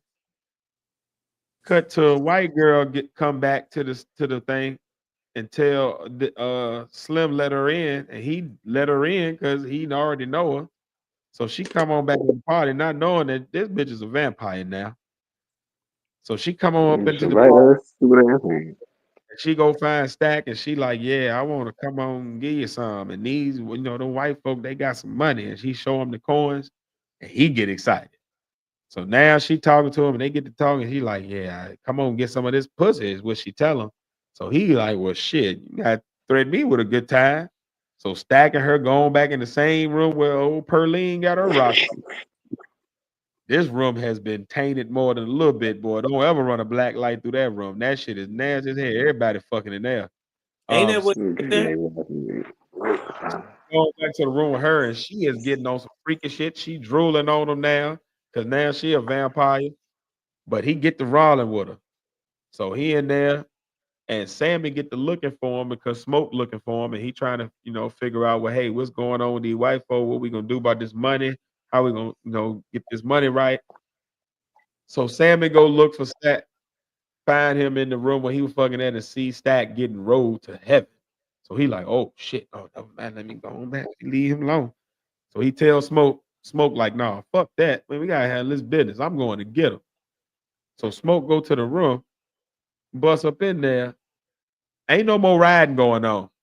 This Octoroon lady is on top of Stack, eating the fuck out of him. Like, I'm talking about chewing his neck to smithereens. And like, everything all right, hey, we chilling. And Smoke like, what the fuck is going on? So he pulled the pistols out, and this bitch is like, yeah, he like, Stack, you all right? Stack over there leaking. I'm talking about gushing blood, like it's sprouting, spraying everywhere. So Smoke like, man, what the fuck you did to my brother? And she get up like she about to run at him, and he fill her ass with lead.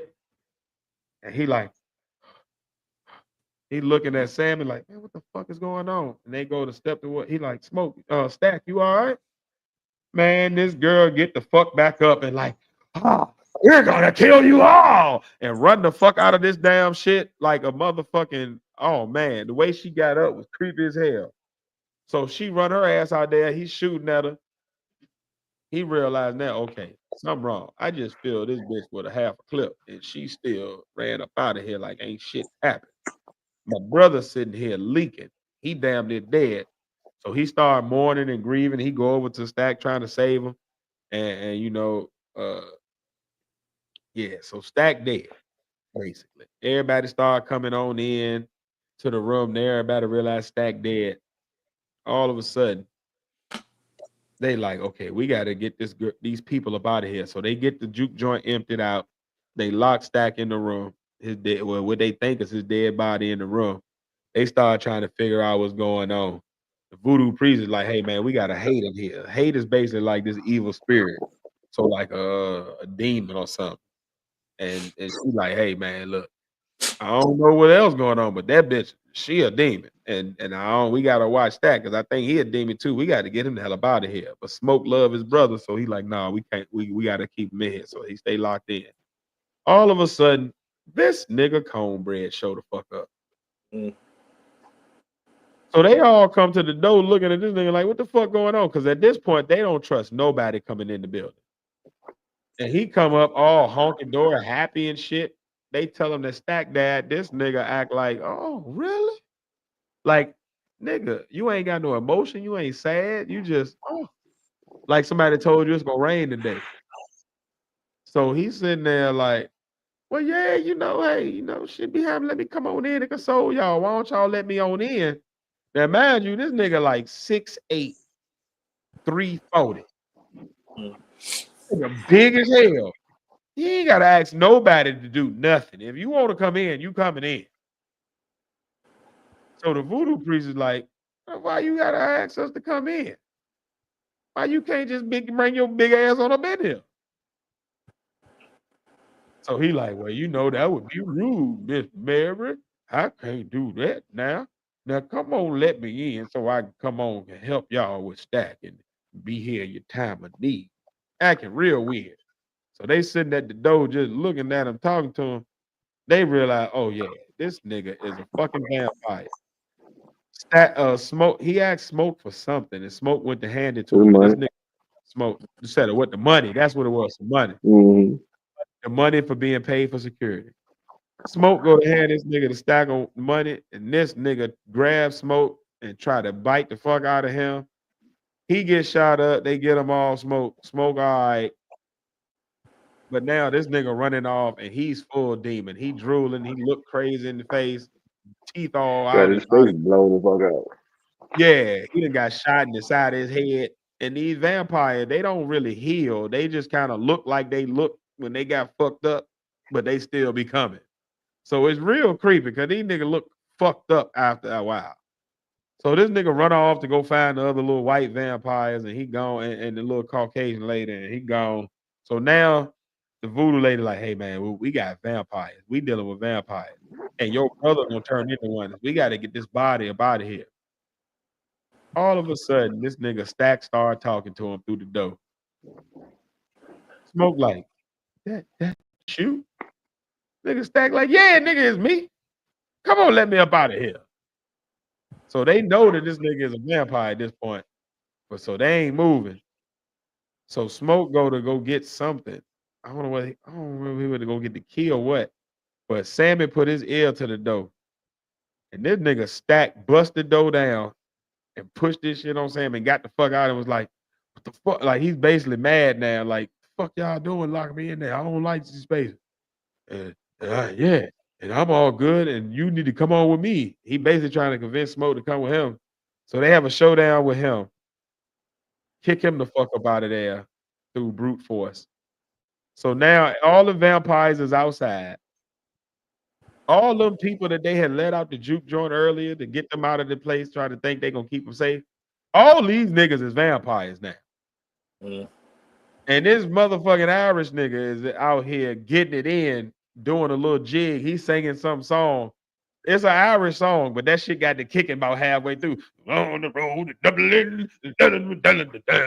And I'm talking about all these black folks out here, these vampires, all of them, they dance around all tribal, like, again, basically looking like they was in the juke joint. So you can see, again, the power of music. And like, it don't matter where the music come from.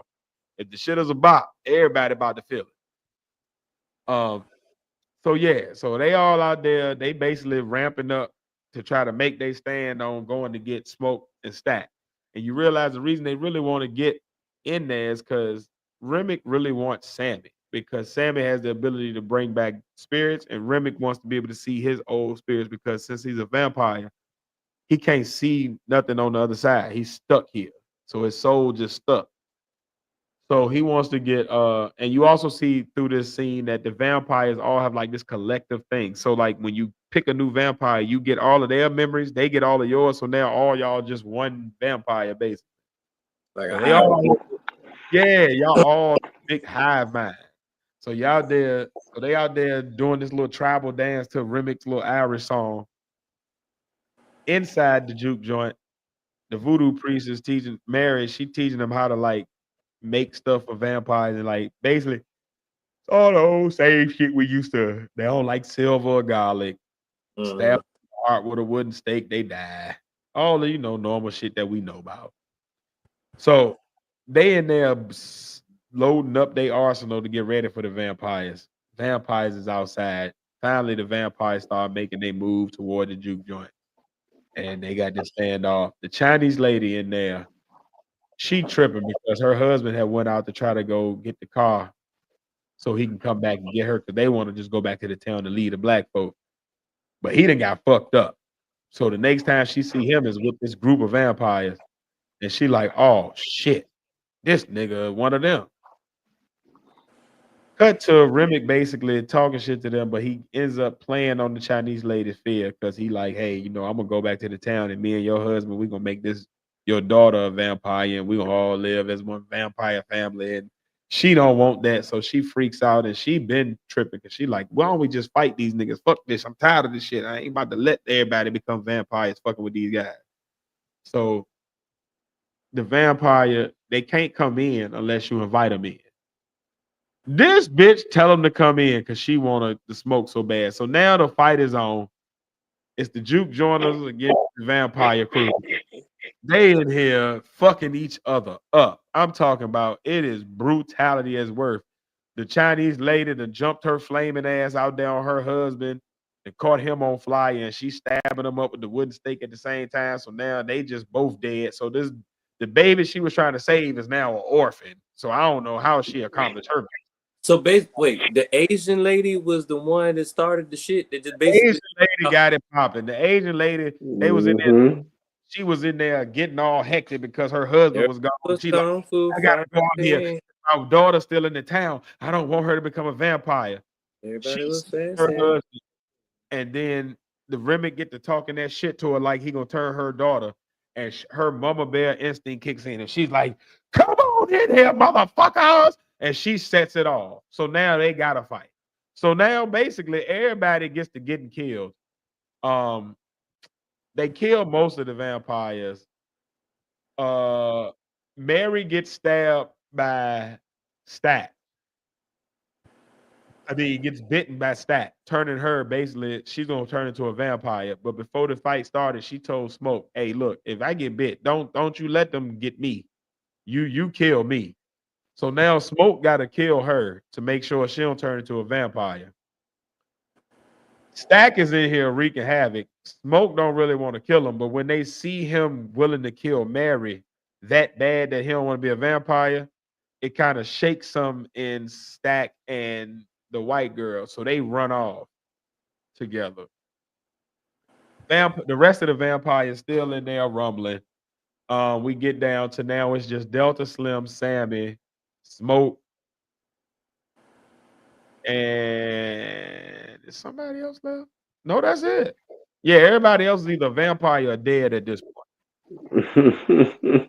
The fight is about done. Most of the vampires gone. They done fucked Remick up enough to get him up out of there, out of the building. So now they like, all right, we know this shit is about to go back again. We about to have to fight some more. Let's get you up out of here. Remick comes back in. He gets the fucking shit up. But Sammy gets the fuck up out of there because Smoke basically stays and fights Stack, who's popped back up out of nowhere. We don't see the end of Smoke and Stack fighting, but we basically end with a scene of Smoke standing over Stack with the wooden stake. He could kill him, but we don't know if he actually does. Cut to Sammy out there. He running away. Remick catches up with him. They get to fighting. Remick is trying to convert Sammy. He throwing him in the water. Sammy, though, through the power of music, is connected to the spirit. So he's having like these spiritual awakenings and flashbacks. He hits Remick with the guitar. All these other vampires are starting to come toward now. The remnants of the vampire gang are coming toward this area as Remick and Sammy had his epic battle. When Sammy hits Remick with the guitar, all of the other vampires feel it. So now he realized, all right, if I fuck Remick up, these other vampires about to be fucked up. Sunrise is coming slowly but surely over the horizon. You had these spiritual ideations of like Sammy being the preacher's son and he's getting baptized and he gets to saying the Lord's Prayer and Remick gets to saying it with him like, hey, in my old life, man, I was oppressed too. The Catholic Church came in and, killed all my people and stole all our land and basically oppressed us and made us have to learn Christianity and make that our religion. So you see this correlation between the Irish, the Chinese, the blacks and how they were all oppressed cultures in this country, but the different ways that they're able to move depending on how they're seen. So Remick and Sammy get to fight. Smoke finally shows up, helps out. Remick ends up Sammy ends up stabbing Remick with a piece of wood. Remick gets to burning out. All the other vampires get to burning out as sunrise takes over the land and sun is out. Smoke and Sammy sitting there as the last two survivors. Cut to the way the movie opened up. The movie opened up with Sammy, who we didn't know his name at the time. You just see him bloodied and battered and bruised. He walks into this church, and the preacher is like, come on, my son. So now we cut to this is where we're at now. The fight just ended. The vampires are done. Sammy walks in with a broken piece of guitar to his dad's church. Dad is like, come on, my son. Tells his wife, don't worry about it. Come on, my son. You come to me. He hugs him and embraces him, loves and on him. And he's basically trying to like pray the demon out of Sammy. Like, hey, man, let this blues thing go. Come on home to the church. Let the guitar go. Don't worry about it no more. Come on home. You got a place here. We love you. We're going to keep you whole. And then that's the end of the movie. Now, in the post-credit scene, you see Sammy now 60-some years later, 50-some years later. He's an old man playing at his own club called Perlene's. He's playing his blues music. Comes off. He's sitting at the bar as the place is closing up. And in walks Stack and the white girl in 90s gear with Coogee sweaters on, a high top fade, and a 4-finger ring that says Stack. And he's talking to Sammy like, hey, basically like how you been, the reason I ain't mess with you is because, Smoke before he passed made me promise not to do nothing. When we fought, he made me promise not to do nothing to you. Da, da, da, da, da, da. Oh, okay. Before I get to this scene, before I finish this, there was a point in the movie after the vampires are done, after Sammy goes on his way, where Smoke still got to deal with, because we've realized throughout the movie that the white folk that sold him the sawmill is the leader of the Ku Klux Klan, and he's coming to get this nigga. The couple that got turned by the vampires was actually kin to this dude, and they was part of a group that was coming to murder all of the black folk in the juke joint as they left out in the morning from the beginning. So this is gonna be a killing field. So as the Ku Klux Klan started to show up, Smoke got all these weapons that him and Stacker had compiled, and he sets up a trap. He goes to war and he kills all these niggas. And the nigga that sold him the sawmill is still alive. But during the fight, Smoke took a shot. So Smoke is about to die, and he's seeing his wife nursing their baby that had died. And she like, you put that cigarette out, you can come on over here and hold him. And right as he about to have this little happy ass moment, this white motherfucker that he done shot up gets to talking. I got money. Bitch, shut up. So Smoke airs him out with the machine gun, like, shut up. I'm trying to see my baby. Puts the cigarette out and holds his baby. And we get to the end of the movie. So at the end of the movie, cut back to the scene I told you about. We at Perlene's. Old man Sammy is in there talking to Stack. Stack lets him know about the deal that Smoke made with him to like leave him alone for the rest of his life and let him just live. And then Stack smells Sammy is like, hey, yeah, you ain't too far along now. You on the way out. So we know that now Sam is about to die. Movie ends, get to the next post-credit scene.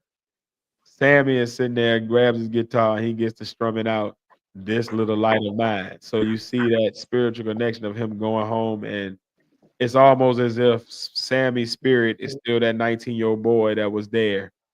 Because when him and Stack walked off and they were saying goodbye, Sammy was like, hey, I have my nightmares about that night, but before that sun went down, it was the best night of my life.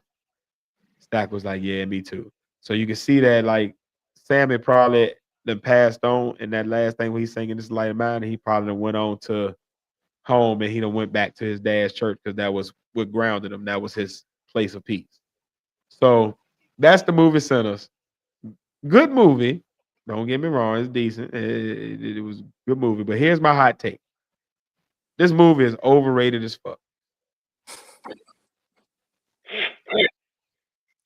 That nigga said all of that. It was great and all that other shit. He sounded like he was captivated by the fucking movie.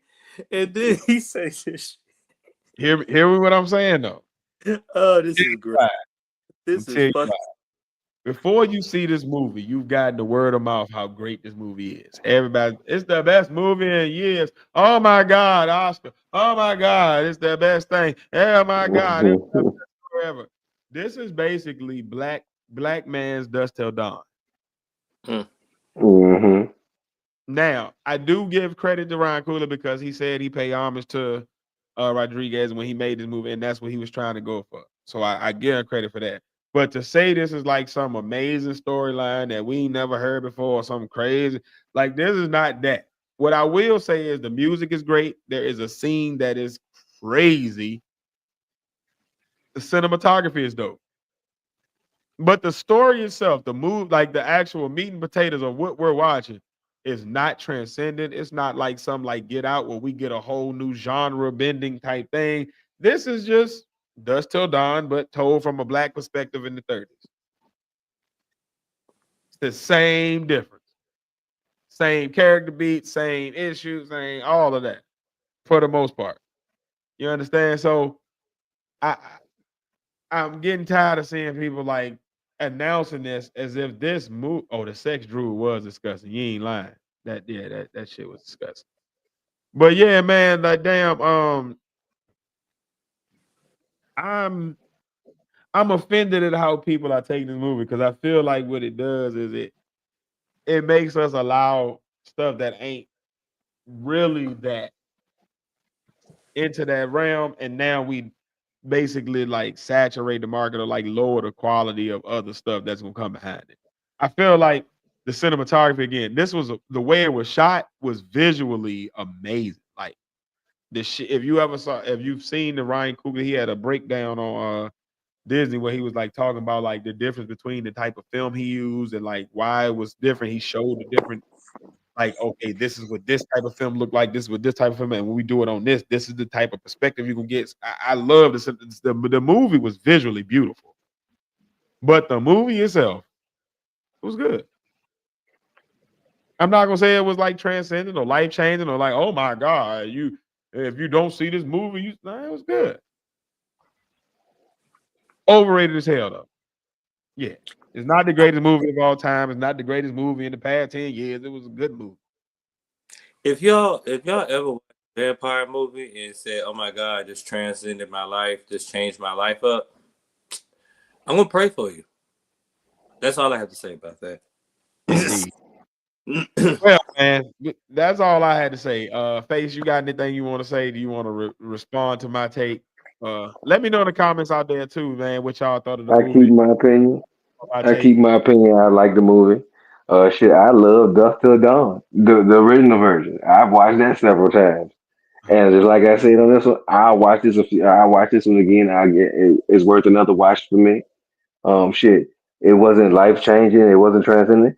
It does not beat the greatest movie of all times in my book. We done. Um, All right, we about to start the first topic. No, we not. No, you will not mention that shit on here. That will not be named. No, we will not do that. The Mighty Queen. Get out of here. Pat, a topic you want to talk to us about this week? You texted me over the week. Was like, hey man, this is what hey, what we doing? So go ahead and Oh shit! sound off on it first, and then I'm coming in. Stop hating on my goddamn movie, man. I'm gonna start this off with before this actually happened in Norfolk, Virginia, they said it was a gorilla on the loose. Like and this ain't the only time that I heard that there was animals on the loose from that zoo. But yeah, they said a gorilla on the loose or whatever. Are you surprised? It's Norfolk. Yeah, no, I'm not surprised at all. But the next following week, we got this question that randomly taking the internet by storm. 100 humans with no weapons versus one gorilla. Who would win? What's your take? What's your hot take? What's your hot take? Man, I know I've seen some videos. I've seen other people takes on it, and this, that, and the third. And like, I feel like it's a possibility that maybe 100 humans can win just off of stamina and this, that, and the third and waves. But it's a fucking gorilla, man. It's a gorilla. I'm kind of to hear going. what Professor T has got to say. Okay. So, what I would say is this.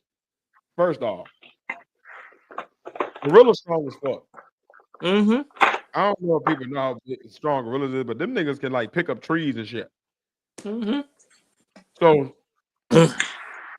whatever the first round of anything, them niggas getting fucked up. That first round is getting bumped. Like At least 20 is dying. oh my god, it's gonna get medieval on that first rush. Because even when you got 100 people, everybody can't get to the gorilla at the same time. Even if you attack at the same time, you got at most maybe like Pat said, like maybe 20 people that's gonna actually get there, and everybody else is kind of on the perimeter waiting their turn. So strength-wise, the gorilla got it. Savagery. Humans got hearts. The average human gonna have a heart. They ain't gonna try to eat the gorilla. They ain't gonna try to, bite it into gorilla or go overkill. Shit. The gorilla ain't got that. The gorilla is fighting for survival. He's gonna be biting folk, sitting on folks, throwing doo-doo, punching people, headbutting folk, punching the shit out of folks, grabbing people, throwing them around, smacking them in the trees and shit. Like, it's gonna get brutal. Like, he gonna be ripping off arms and beating other people with arms. Nigga, y'all seen Planet of the Apes when the damn gorilla was beating that nigga up on the bridge? Have you ever seen a motherfucker beat a motherfucker with a motherfucker? Man. That's a gorilla. Man, gorillas don't play. So no. Savagery goes to gorilla. This is the gorilla's problem. Logic. What the fuck is that? Hello? That Yeah. Hello? I don't know exactly what you heard to know what it was to listen for. No, my phone was under this napkin. I got these chips on. Oh. I was like, what the fuck? No. So anyway, the problem is logic. Gorilla gonna be moving off emotion and survival, and just it's a bunch of things. Hit, kill. Humans got logic. We can strategize. If you get a good 50 of the group of humans willing to all coordinate and say we're gonna all just kick the shit out of this nigga nuts. And that's their only target. They don't try to do nothing else but just kick them in the nuts. At least 10 of them will sneak through. And I don't care what animal y'all. If you a male of a species and you got nuts, you gonna stop fighting, you get kicked in the nuts 10 times. Humans win. Cheers out. Now, I have two different thoughts. At first, I was like, the gorilla gonna win easily because the standoff. When he beats his chest and makes that noise, you got at least 10 to 15 humans gonna be like, I ain't fucking with it. It's gonna drop you down. It's gonna be dropped down at least 85. I be 10. Then you gotta remember this nigga got 4. Count them 4 opposable thumbs, not 2 like us. 4. He got thumbs on his feet. So not only can he grab you with his hands, he can grab you with his motherfucking feet too. Hey, we whipping feet, but he gripping feet. Exactly. So while he's grabbing one motherfucker with his hand, he can grab a total another motherfucker with his feet and throw that motherfucker just like he can do with his hand. So I'm giving another 10 to 15 motherfuckers down just by opposable thumbs. So now we're down to like 60 to 65. Okay. So then we got to go to brute strength. Brute strength, he's taking at least another 25 out. I And don't now we're down remember to 40. So another 10. I'm going. 25. That was a Yeah, lot. yeah. Brute strength. Because Brute, this might be 100 brute people. strength. We talking about 100 average men, 100 average motherfuckers. So There's an 100 average, 100 average motherfuckers against one silverback gorilla. so 100 of me, you, and Pat. Yep. I take my time. So we're down to like 40.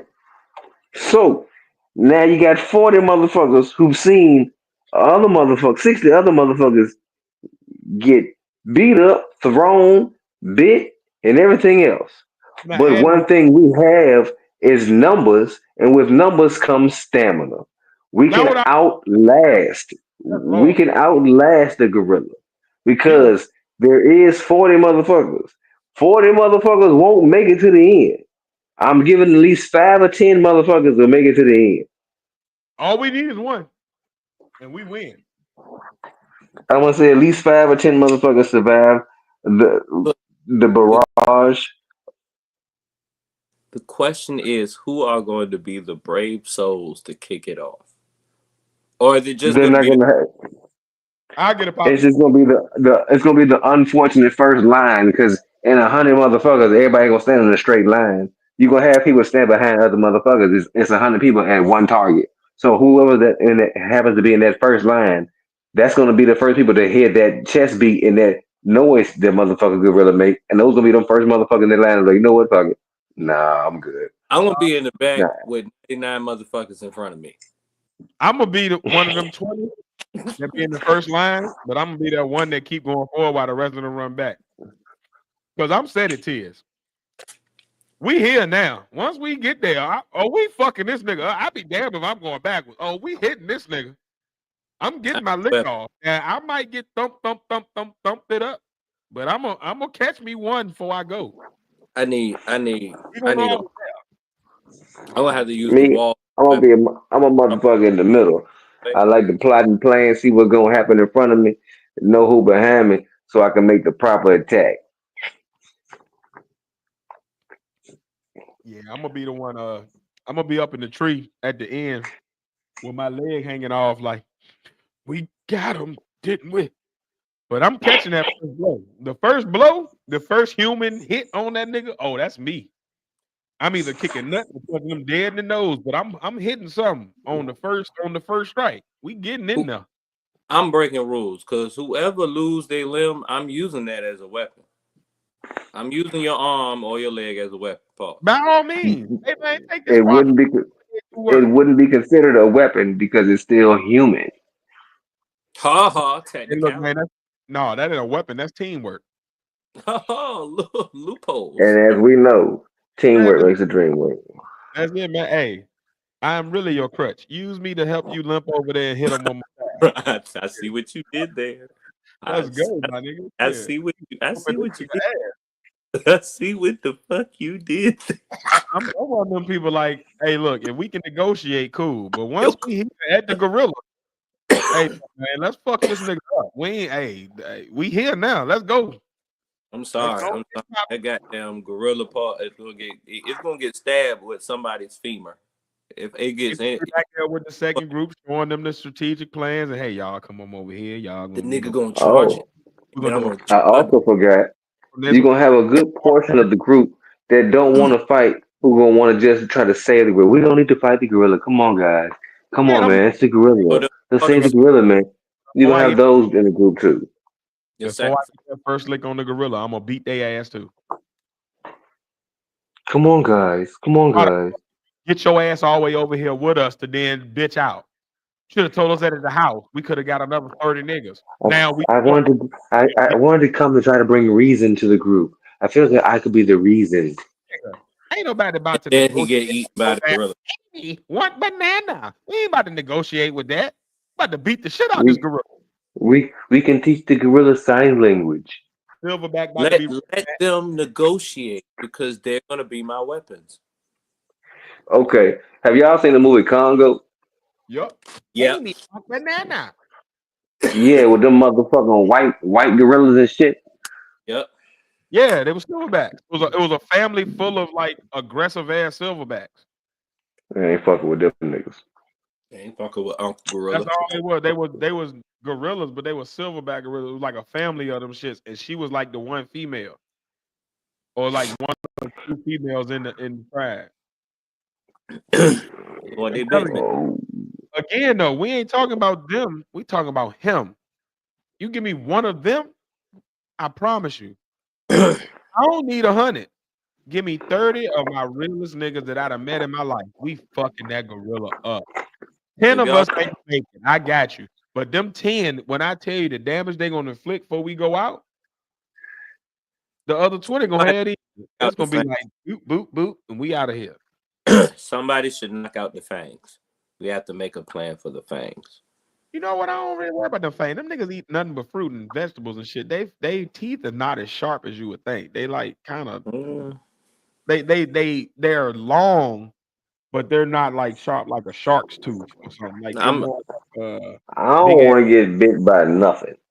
I don't want nothing to.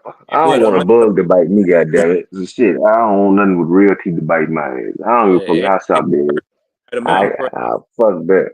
Animal, you gonna get bit. I don't care if that nigga got teeth or not. That nigga gonna gum the fuck out of you. But animals bite. That's what they do. That's one of their first attacks. Bite, claw, scratch, grab, or like thump or throw something. It's Yeah, like that's my default animalistic trait. I bite a motherfucker on the bridge of their nose. Hey man, I ain't mad at you, man. Street fight is a street fight. Then the penguin did on Batman Returns. I ain't never seen that one. Or what? On Batman Returns, the penguin bit somebody's nose off. Get the shit out of it. Yeah. No, I ain't talking about bite it off. I'm talking about right on the bridge, right between the eyes. Just bite a motherfucker right there, right on the nose. Yep. Right where the nose connects to the eyes. Right there, and just sink it in. Just look a motherfucker in the face. The most terrifying shit a motherfucker can ever imagine. Hey, man, nigga locked on to you like a motherfucking dog staring at you in your ass. Yeah, that would fuck some. I hope his hands is doing something. Cause if not, he better be stronger than me. Cause while he biting my nose, I'ma lose a good chunk of bone. I'm gonna give up that. But when I tell you, I'm gonna crush and snap every bone on that motherfucker while he latched on. It's gonna be the loosest collection of cartilage when I'm done with his ass. Pause. Latched on, but they may not be connected to his body no more. The teeth may just still be there. It's gonna look like one. Bone pause. Yeah, I said eye for eye, bone for bone. Pause. Like I tell you that. I mean, you're in my face. That means my thumb can go straight through your eyeball socket back to your brain. So I'm gonna grab some gray matter while you get this nose. You get boogers, I'm gonna get brain, and we gonna be done with this. I'm gonna take that. I'm gonna look like Michael Jackson after we done. But when I tell you, your frontal lobe is gonna be rearranged so bad, I'm about to scramble all them eggs. Believe that. Boop. That nigga hit you with gray matter. And I'm like Big Doc. I got some nasty thumb. My thumbs get to work, goddamn it. I'm gonna get up in that brain and motherfucker get to pushing buttons and shit. Have your arm going out one way, your leg going out the other way. Hey, you pissing and shitting on yourself and you don't know why. Oh yeah, we about to get surgical. Somebody do some shit like that to me because once you get, I'm gonna turn your brain into a Xbox controller. I'm sadistic too. You think about what that nigga said. You looking at me in my eyes like a pit bull. PlayStation 5. Right. Oh yeah, we about to play. Oh, I'm talking about PlayStation.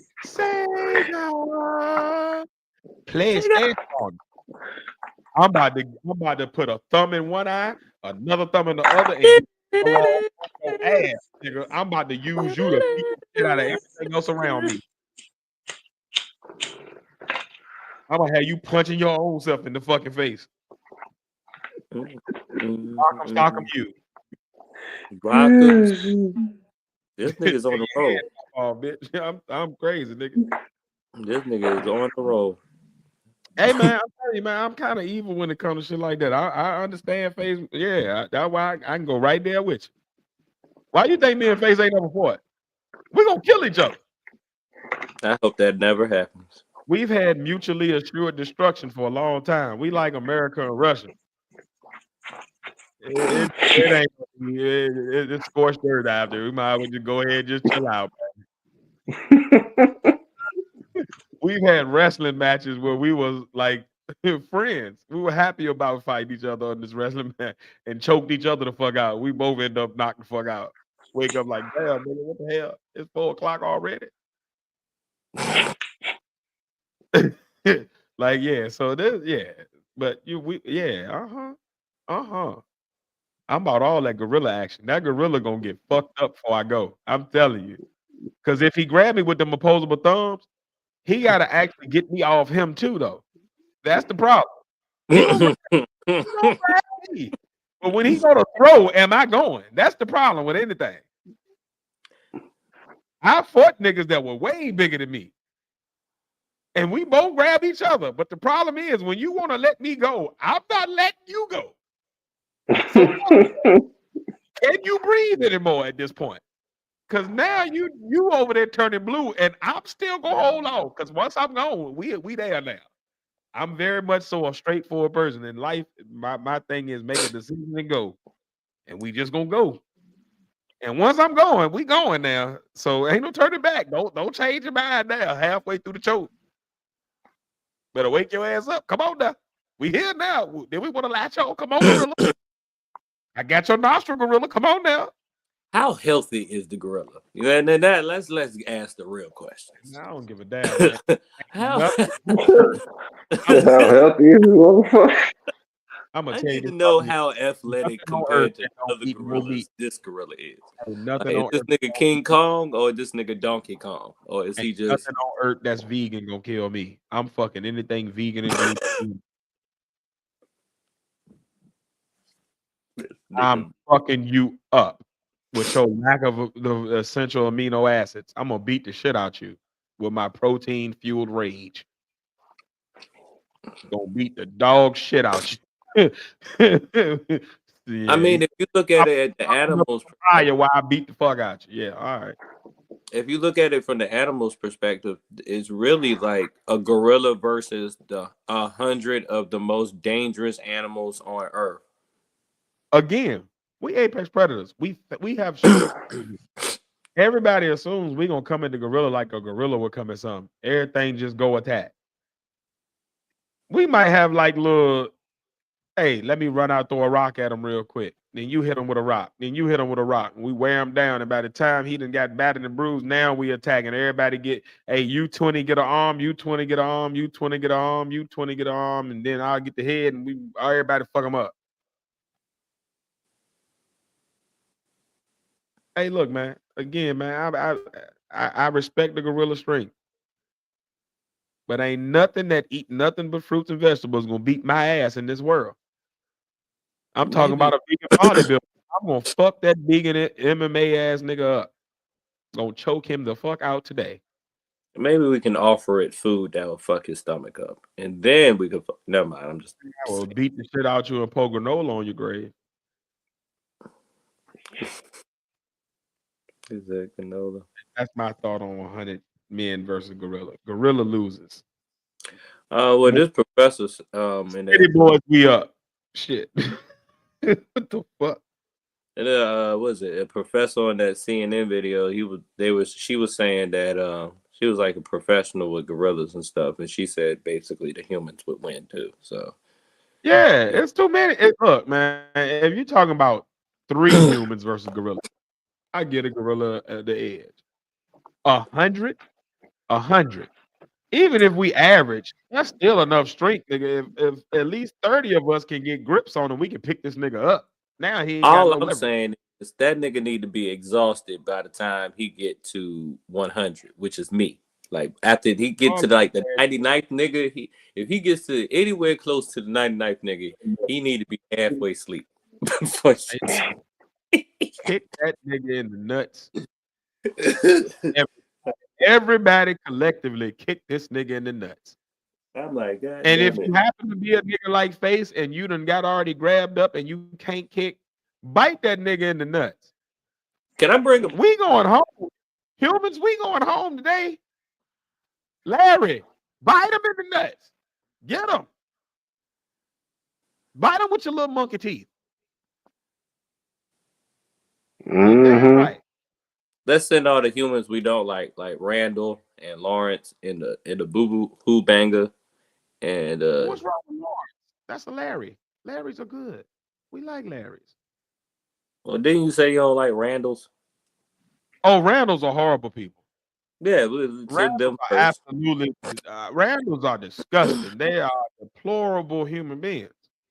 I know who will fuck that gorilla up. A Randall? No, Tecumseh. Randall's? Tecumseh. No. I don't wish that on the gorilla. Tecumseh gonna be kicking the gorilla. You saw what he did. I don't trust him with the gorilla. We have to call him in like a WMD. The burger had fake buns. The gorilla got real buns. That nigga gonna kill that gorilla.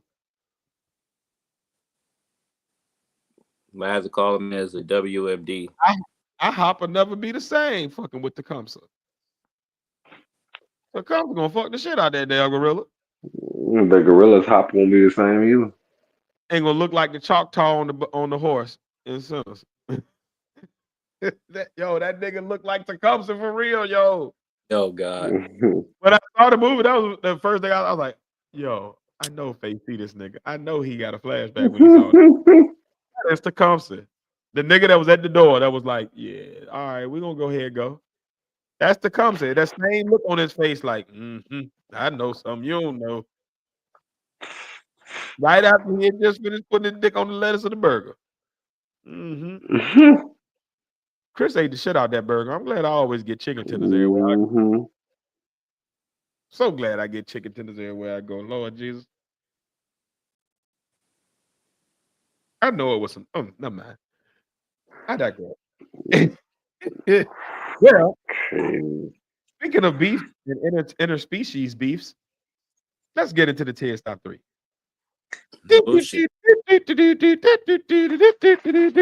Ted's top 3. Yeah. Tonight's Ted's top 3. In the spirit of beef, as I was thinking about 100 men versus a gorilla, thought about just let's beef. So, what are your top 3 diss tracks of all time? You know, it's crazy you brought this up because you know this all time. It's crazy you brought this up because you know genres too. So if you got a country diss track, there's country disses. Oh, there's disses in every genre. Rock people be dissing each other. It's a lot of country disses. Matter or not, if you go back to some of that old school country, it's a lot of country disses. It was wild back in the day. Niggas used very wild. Out west. It get real.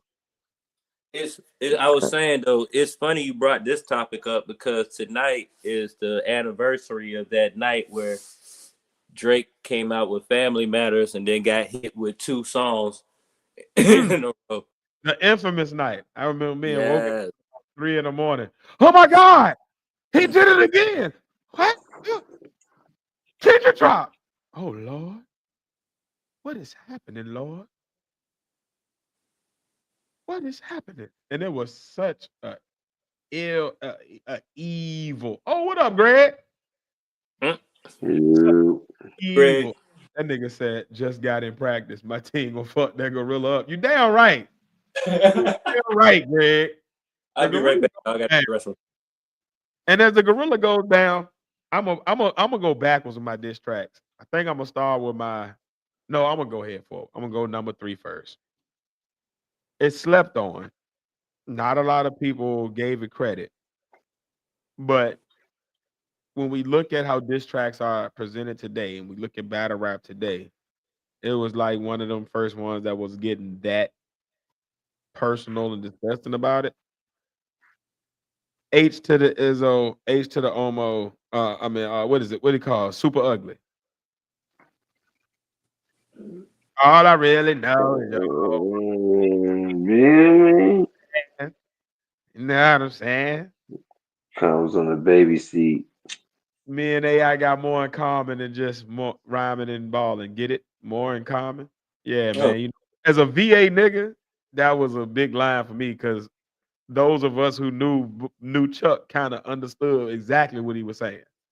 Before the internet, before the social media, before all of that, we was uh-huh. So I just love the way like he came back at a diss track about him that was kind of like jokes and I'm saying opinion to like this a fact. I was fucking your mama on your baby seat. Then shut up. You ain't got no good music. Shut up. I loved it. To the point where didn't their mamas get involved after that? After Super Ugly? Yeah, his yeah. mama did. Anytime you in a beef where your mama got to call you say, all right, now you done enough.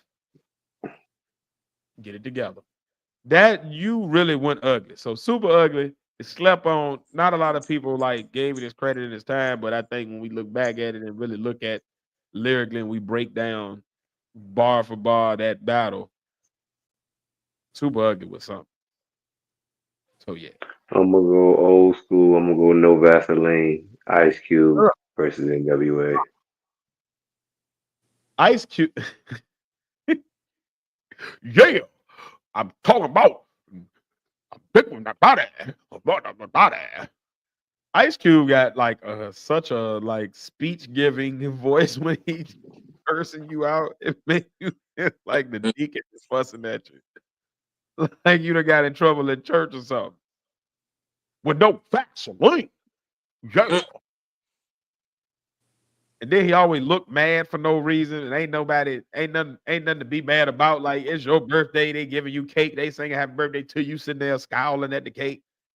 I don't want no cake.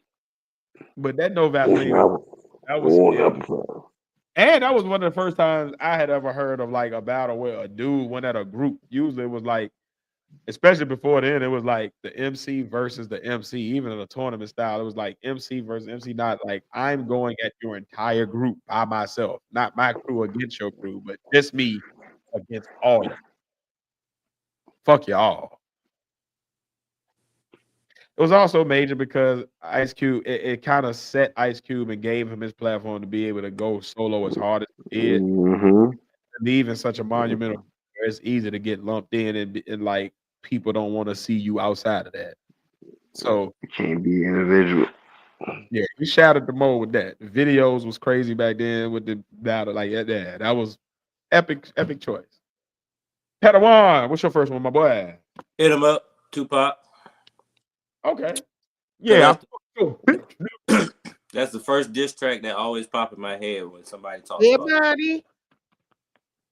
Yo, when I say I was on the Eagles, but when that beef was going on and that song, I was definitely a Pac fan. I was one of them niggas throwing on West Side, even though we was on the East Side. Like I didn't care. Well, send me to Cali then, because I don't belong here. I'm with your Pac. Yeah, buddy. And he just went so hard, and then it depends on even which version you hear, because there's two versions, and on one of them he completely goes nuts. It's just man, when you talk about, it was one of the first songs where you talk about people talking about like bringing the baby mamas and the wives into it and the family into it and saying straight up names and all that other shit. and it's the song that literally made the East Coast West Coast thing. Before that, it really was just Biggie diss. But when hit him up and he, my fo make sure all your kids don't grow, and he was just, like he was going ham on everybody. Like if you was somebody else representing New York at the time, Pac was talking to you, and we had never seen nothing like that on such a grand scale of like me on a coast versus coast, and it really was such a cultural moment. So yeah, I give you that one. Hit him up.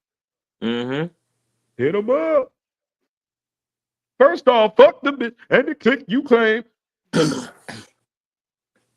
West side we were, nigga. That shit went hard, yo. With a Versace, this nigga was going hard on this nigga with a Versace shirt on, looking like The Rock before The Rock. I just realized That nigga looked like The Rock before The Rock. If you smell what Pac is cooking, what the Pac is cooking. Doom. I'm That mad you shit hit. was hard. He beat that nigga up in Las Vegas with a Versace shirt on. That I think about it. That nigga was he loved to get aggressive in silk shirts. Wonder what about the silk touching his skin made him just all extra angry. Okay, that's a good one, Greg. Eminem versus Everlast. I don't really know that song. I've heard of the beef, but I didn't. White on white crime don't really move me. I didn't do nothing for me. I totally missed. All I know about it is it was on the beef DVD. For the record, I love Eminem raps, freestyles, and disses. They will probably not be on my top 3 because his whole career are disses.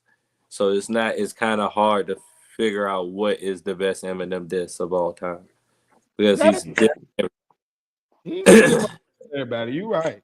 He dissed everybody. So one long stream of fuck yous to the industry. It all depends on who you hate the worst that he actually dissed. I think the Ja Rule stuff that he did was probably that was kind of scorching. Yeah, and like I feel like that's kind of was like made Ja Rule be like, all right, let me stop rapping against these niggas. Yeah. I got one for you. Yeah, How to Rob, 50 Cent. Oh, classic. I did not think of that as a diss song. It technically is a diss song. I always carried it as a parody song, but I get what you're saying. Everybody got pissed off afterwards. Big Pun kind of ran up on him one time, I believe, about the shit. He was pissed off about it. He actually after he said the nigga 100 pounds, how you gonna catch me or some shit in the song, which is funny. Or whatever. But yeah, I want the nigga you want this back then. I heard Big Pun was like kidnapping niggas and put niggas in that nigga was actually when they called him Big Moon Dog. He was actually a gangster. Like he was a straight up, That's a dumbass name though. Big Moon Dog. He had a whole gang of Puerto Rican niggas, man, and that was the original. I thought you were about to say a whole gang of fat niggas. No, that would be funny. Yo, can you imagine? Hey, look, a whole gang of fat niggas can't do nothing but walk you down. Gotta walk you down. That is hilarious. All right, so my next one, I'm going to go Not Like Us. It is the largest selling diss song. It is the largest sung diss song as far as how much it reached people. Like it has the largest reach. Like everybody in the world, damn near in every country, there's at least somebody that's singing that song. It hit everywhere. And it was one of the dopest moments of bringing in. Like I've never seen somebody break down somebody in a rap battle using his history. Like the nigga gave a history lesson in the middle of a rap song, a beef song, dissing you with cultural relevancy and facts. That was just so different. Like I ain't got to talk about how much you a bitch or degrade you. Let me just tell you how fucked up you are. Let me compare you to some colonizers. Excellent work. And the mustard on the beat hole. Can't go wrong with that. Like you can dance to this diss track. It's the most sing-alongable diss track you got. I Like Us, man. All right, I'm gonna say this one. The person he dissed, I'm a fan of, but I don't go to this person for dissing. I kind of go for him storytelling or whatever. But Takeover, Jay-Z. Actually, he did more than Nas. Take Over DayZ kind of set it off, yo. Like Take over. The wait's that over. The God MC. It's that me. that Over. that first part where the guy is screaming before he say ROC. Dun dun dun dun dun dun dun dun dun dun dun ROC.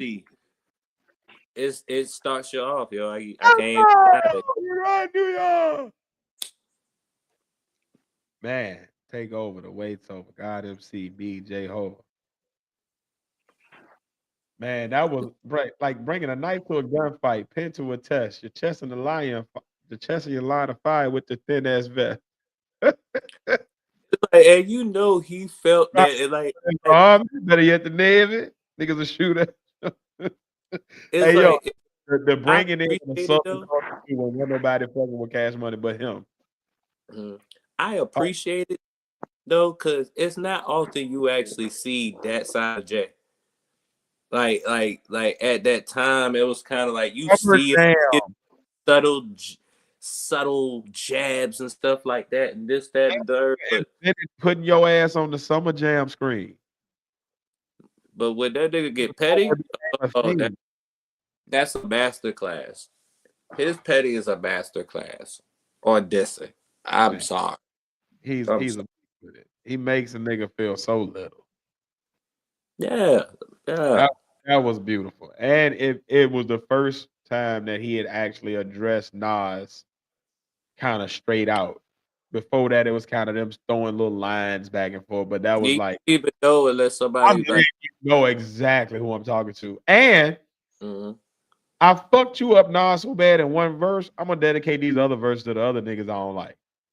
I ain't gotta gonna give you the whole song. I got some honorary mentions since we talking diss tracks, but yeah, go ahead, because I got my my number one, my last one, so and I think Phace on his last one. So my number one is weird because not that many people know about it, but it kind of set off it kind of prophesied a lot of things that happened with last year's kerfuffle or whatever. But one of my honorary mentions, Cannabis second round KO. Okay, I like that. That's the only song of Cannabis that I know and like. Yo, I'm gonna let the world know the truth. You don't want me to shine. You study my metaphors. That nigga got an LL. Hey, before Jack the Ripper came out, niggas thought LL was over. That nigga was gone. Running on 100 miles of soft sand on or off land.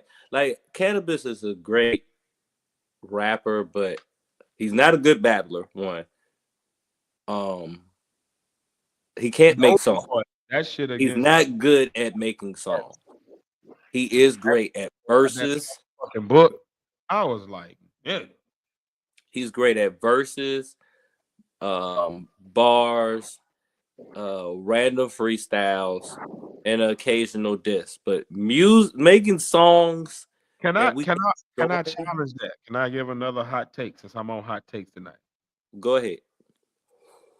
Cannabis is good at rhyming, but he's not a great lyricist. Go for a lot of his words and like multi-syllabic flows and stuff is him saying a bunch of stuff to say nothing. Like if you say 100 words to say something you could have said in 2, I don't really consider that like amazing, especially if you didn't say it in no special way. You just happen to rhyme a bunch of words that added up to you and this. The metaphysical, chemical. He's the stereotypical lyrical miracle rapper. You said a lot. Ain't said shit. It just rhymed and was on beat. But you ain't like. I admire your ability to fit that many words in to say that little bit that you said. But he's overrated. Yeah, I mean, I got some verses and some lines that I'm like, oh, okay, I fucks with. Like I know how hard it is to rhyme words. I'm not saying that, especially for a long period of time, on a syllable. But you still gotta say something. I feel like at the end of it, I should come away with a greater meaning instead of just word salad. Mm-hmm. And I mean, yeah, like word salad. He's word salad. I kind of put him and Eminem in the same place. No. I don't think Eminem wastes a word. I I mean, think lower. one of the few people that's in that lyrical miracle that does the multisyllabic. I'm trying to piece up 7 and 8 syllables to all rhyme with each other. That actually each word and phrase actually does build off the last one or add to the next one and actually has a meaning and has a like each one is a punchline or something. It's not just words for word's sake to fill in the space and make a sentence. I'll give it for In my if we have 10 tracks from Cannabis, I would say 3 out of the 10 I would probably listen to. I'll just say it like that. It's probably something he's saying that he'll say some kind of crazy bar or line that I'll like, oh, okay, that was dope or whatever. But if I want to hear something with like deeper meaning and all that other shit, nah, I'm not getting that from Yeah, Cannabis. yeah. And it's sad because he came out one part of that like raucous group of like Yeah. Launch, all of them like and Pharoah Monch was a beast. Mm-hmm. He still is. Crazy that he came out But with he actually that group and he was like probably the most touted at the time, but probably the least substantive. Like he didn't really have a lot of substance to his rhyme. MC so ill, I got AIDS scared to catch me. That was his illest line. That's That what was the led illest line he ever said. able to make an album because like he wasn't able to come with enough cohesive shit that like you cared about. He wasn't able to make that connection to like, all right, I care about the music. It was just like I respect his Can't rhyme. make motherfuckers move their feet. Yeah. Can't make motherfuckers move their feet. Yeah, or even move Or it like, or even just nod their head like, sit yeah, I'm there feeling you. It's just, and chill. yeah. It's like a nigga typing like 3,000 words per minute, but when you look at the paper, it's a bunch of words that don't add up to sentences. It's just like they would, should, could, how, I never went, yo, hey, how are you? Oh, like it ain't no, it's just a bunch of random words in the order, no punctuation, no nothing. It's just a bunch of words. So yeah, but I definitely agree that this song, like that is his magnum opus. He went hard with that. Yeah. What was my other honorable mention was The Bridge Is Over with KRS-One because that nigga is to this day still crying about it. I like it. I like it. Mm-hmm.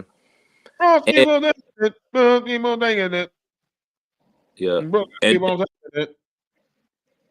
And then did y'all know Party Up was a diss to Eminem? No. You whack, you twisted, your girl's a hoe, you broke, the kid ain't yours, and everybody know your old man, your old man say you stupid, and you be like, so I love my baby mother. I'm never let her go. And then he'd be like, I ain't him, so I ain't Slim. Watch what you do. Yeah, he hated that song too. He didn't really want to rap on that beat. He hated that shit when Swiss made him do it. I ain't like that beat either. That's why he went like that, because he realized Swiss was trying to get him in that crossover record. He was like, well, I'm gonna just go on this bitch and act a fool on it. And that's So yeah, I did know that. But yeah, that's a dope this song though, to be like a song that's played like everywhere. Like it's one of them, not like us, like you go to you go to a sporting event with your kid and you gotta hear this nigga, you whack, you twisted, you girls. Oh. All right. Sorry, baby. I'm sorry I had to bring you out and he called you a hoe on the kiss cam. Sorry, Haley. know you like 20 years old and you probably don't want it. She probably don't even know that's a diss. I'm gonna be quiet on that. No, yeah.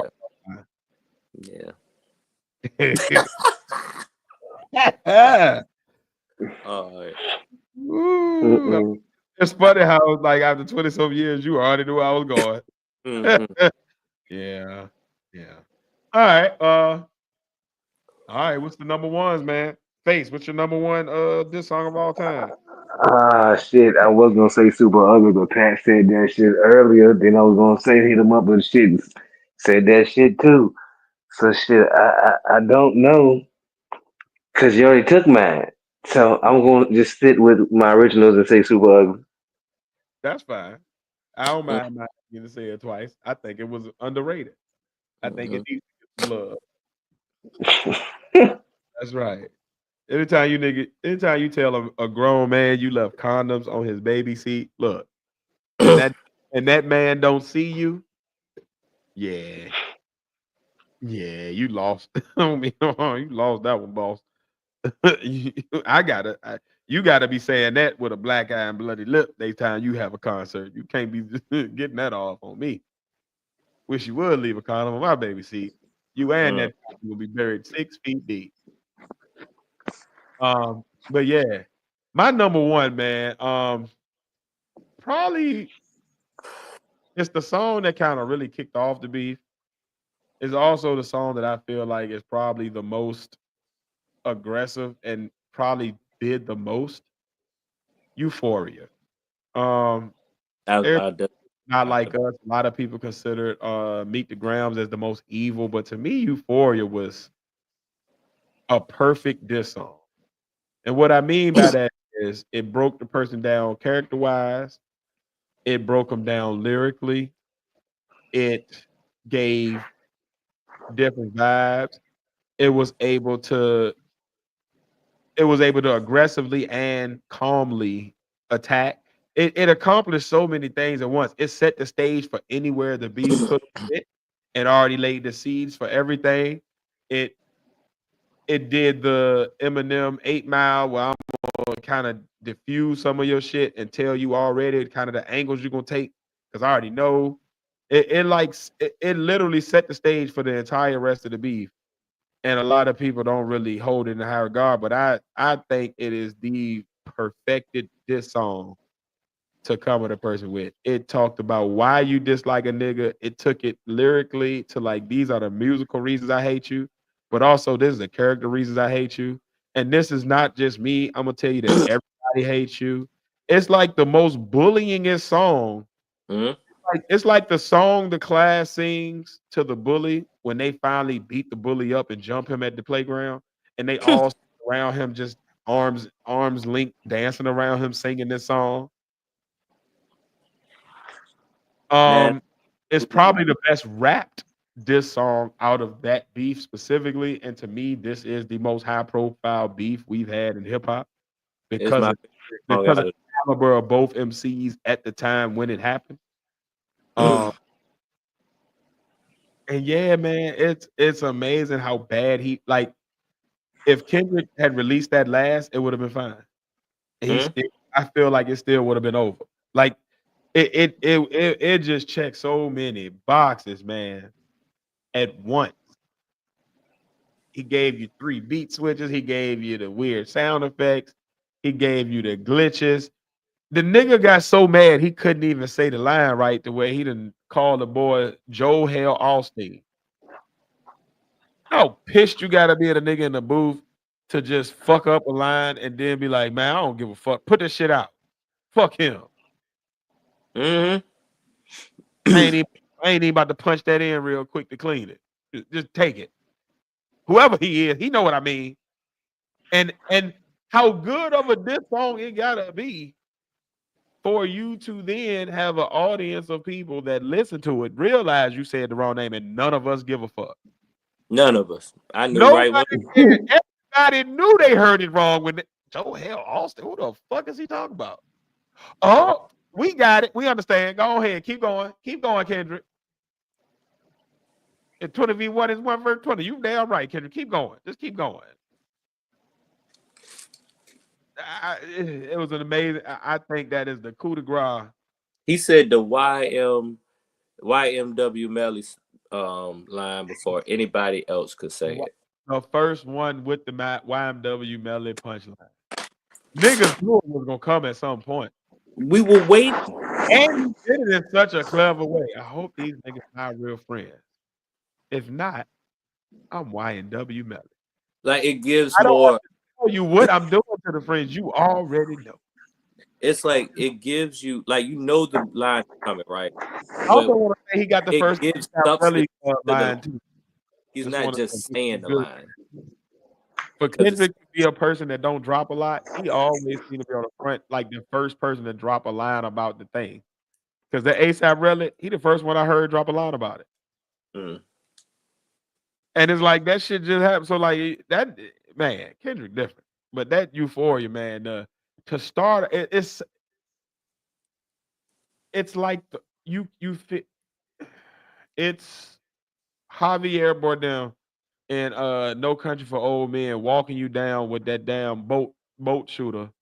I need to watch that movie And he again. starts off the song slowly walking you down, and then he gets to the shoo. Man, bruh. That it's that song is just evil. And I love it. I think 20v1 is worth 20. Think of that right with you. I'm gonna get right with you. The nigga told him, I hate the way that you walk, the way I that you hate the talk. oh, I hate the way that you dress. he stopped that hate and talk. Finally. Nobody even Like, say that shit. I love that. Like, cause people always be beefing and be like, well, it's because no, I just don't like you. You bitch. You ain't the type of person that I feel is worthy of my space. I hate you.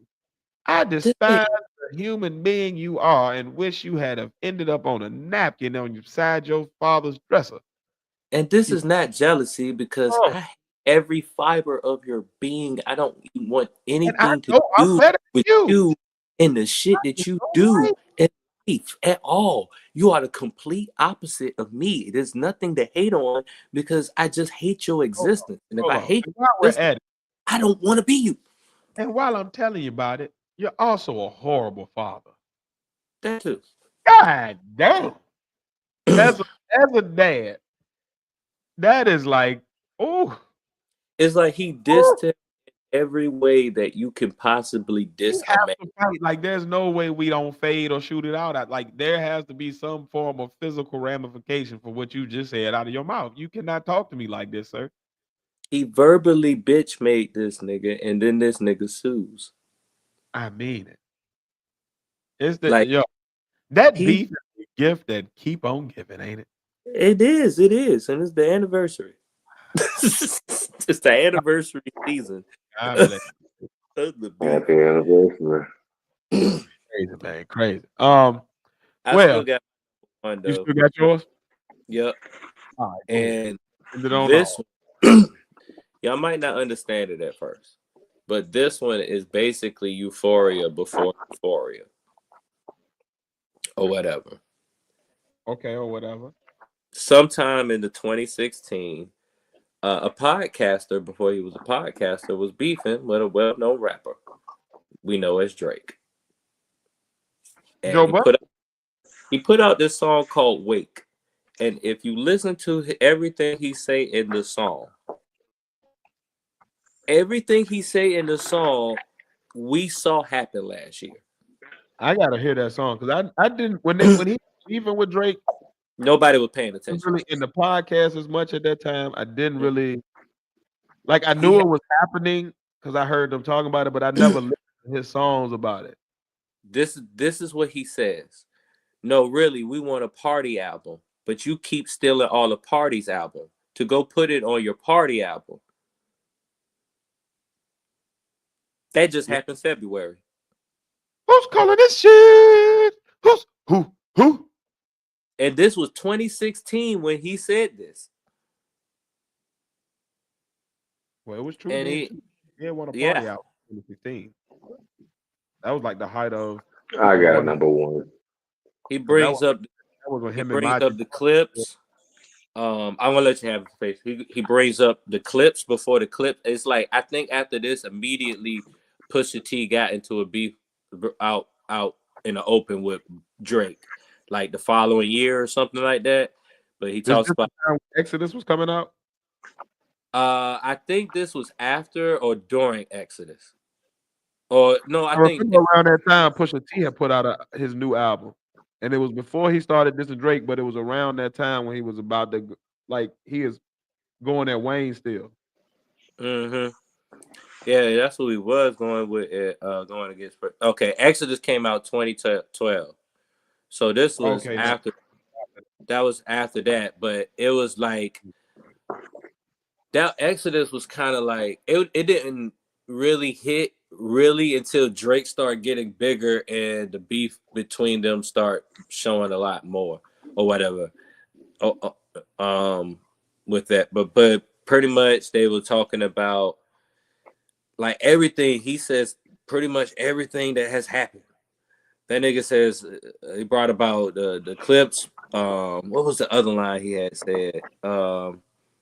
Damn, man. And it was, I almost feel like maybe Kendrick might have studied this, the whole thing. The whole thing where I think he got a line in one of them disses that said, you made it popular to be a groupie to groupies. Like he was on one on that whole period. And he brought up the Migos. He brought up copying stuff from the Migos and doing all that shit. So that's why I say this is kind of like Euphoria and maybe a little bit of Not Like Us before it actually happened. I'm gonna have to go back and listen to that. I did not catch that track when it was out. It's called Wake. I'll send it to you. Wake, Wake, like WAKE. Okay, we got a couple of other good ones in the chat too. We got Cat Williams diss on the Young Guns. I remember that shit. Happened, but it was so quick that it happened, and I don't remember the song. I don't remember actually Cat hearing. Williams was signed to Dipset. Supposed to be rapping.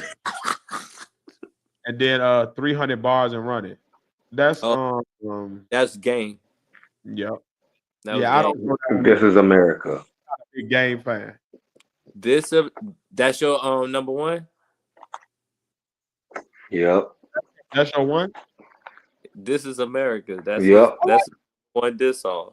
A diss against America. I'm not mad at it. No. That video is still to this day, man. I go back and watch that sometime and just be like, damn, this nigga was.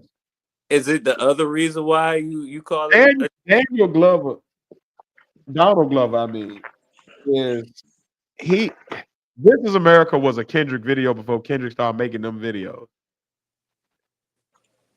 And it was a Drake. The symbolism and the depth to each. Mm-hmm. Like that thought process was crazy. And it's a Drake diss. This Is America?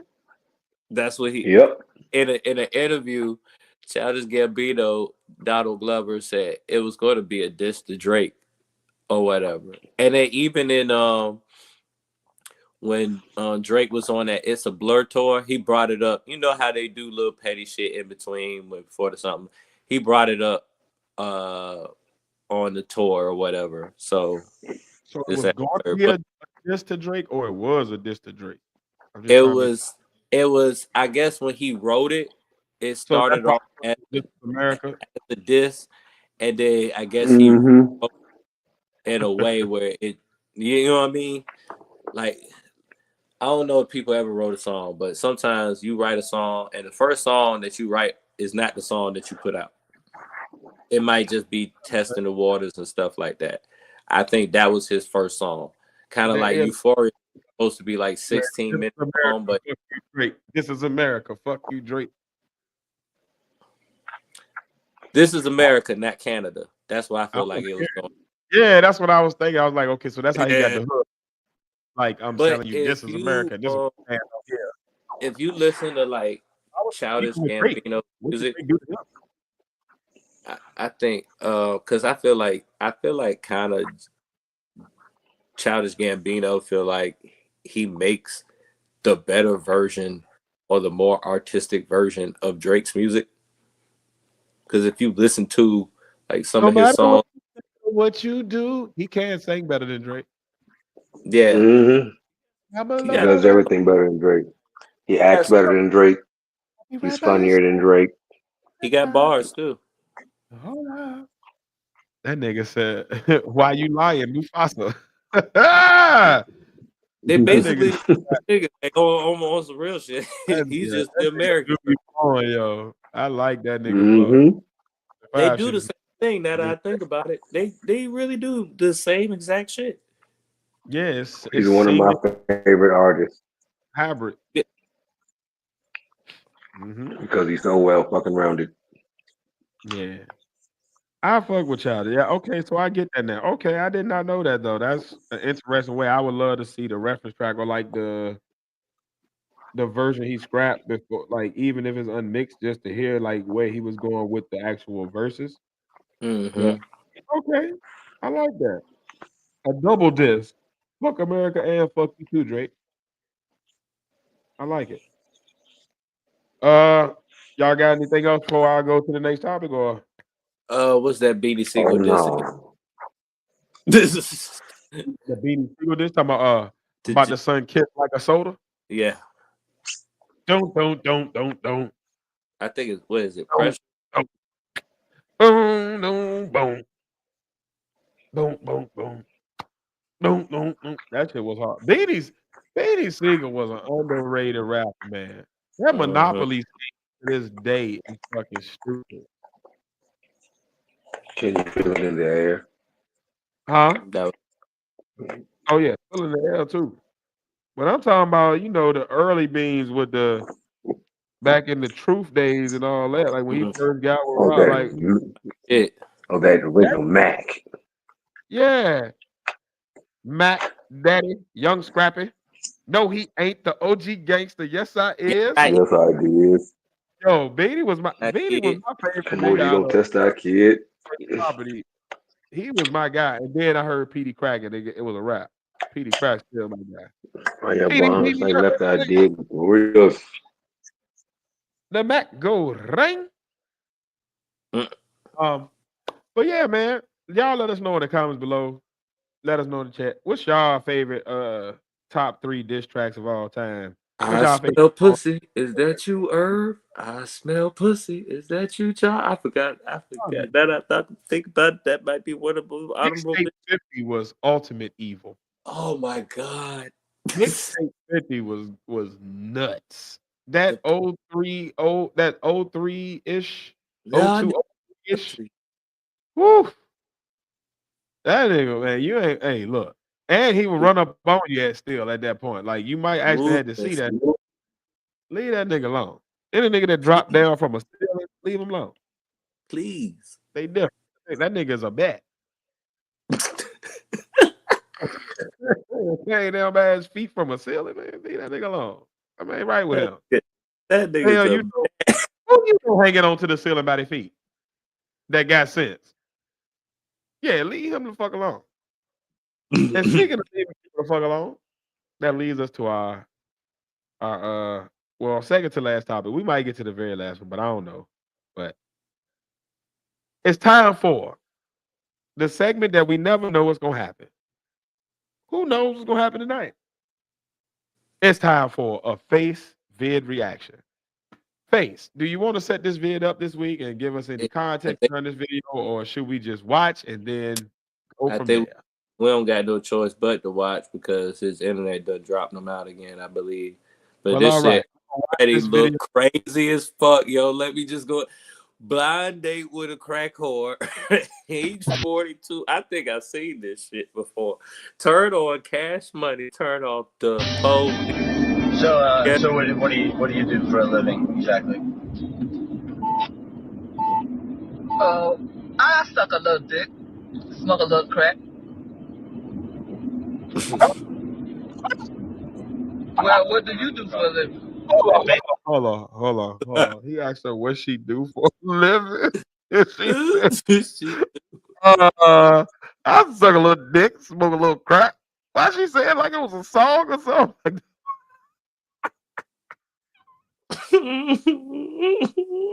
I remember this shit. Right now is like, how the you got me in with this lady? How the fuck did I end up here? I remember this show too. I used to watch this all the time. I used to come on late night Yo, I on remember like UPN or something like that. That's crazy. Hold on. I can't believe the date goes sour in 3, 2, like she 1. thought about it too at Date was first. sour when I picked her up and she got into this van looking like this. Yes, hell yeah, looking like her daddy. Your daddy's dog. I suck a little dick, smoke a little crack. That shit like she worked at the post office. Like it was so regular though. Like What the fuck? You know, like, you know, stocks, bonds, smoking dick, sucking crack. What? Ma'am, that is not an occupation. Poor white guy. This is not gonna go with Must be Italian. Is that That's a what's the joke on Italians and smoking crack and sucking dick? Is that a thing? I don't understand what Italians got to do with that. that's a white joke. And I don't know crack being Italian a drug even. What? That's probably a white racist Okay, joke. there go Phace. He might be able to add some context. Nigga, what do Italians got to do with crackhead? I have no idea. Oh, because this your video. Nigga said she must be Italian. What? Nigga brought it. Well, to give a premise, this is the '90s dating show, Blind Date, where they put two random motherfuckers together on a blind date. This just happened to be a wild ass episode of Blind Date. I'm like, how did you get on this show? Wow, it's an understatement. Wow, is a Well, what do you do for a living? Basically, what I do is I take that money for certain banks and I Wait a set minute. that aside. I don't want to hear about the banks. I thought you was finna give me some money. We're gonna go and I was gonna suck your damn dick.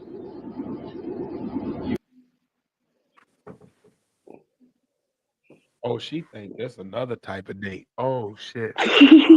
She think it's a date. Oh, yeah, like Nah.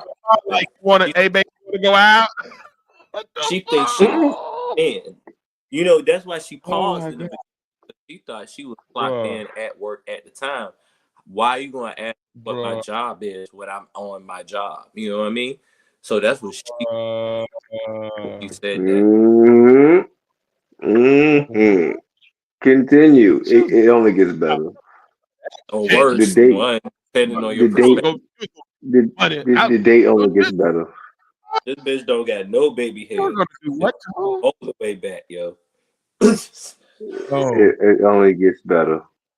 Like a dude from Petersburg, I know though. Named Tony. No, but I know that head, like that forehead shape, like a peanut. Got a little dip in the top of the head. That like she got a brother, or she is the brother, and then grew up and turned into this. I know, nigga. Okay, so anyway, I take the money. So anyway, you're gonna take the money, you're gonna put it in my pocket, I'm gonna suck your damn dick and lick your balls or whatever, and that's gonna be it. That's all it's gonna be about, okay? Don't you want to get your shit grooved on? Don't you want to be sucked on and licked on and all that shit? Don't Oh my god, hold on. Oh my god. Oh my god. Look at the cartoon. Look at the cartoon. Look at the cartoon. Oh no. Before we get to that cartoon, nigga, what? Clients say Propecia is an aggressive salesperson. Her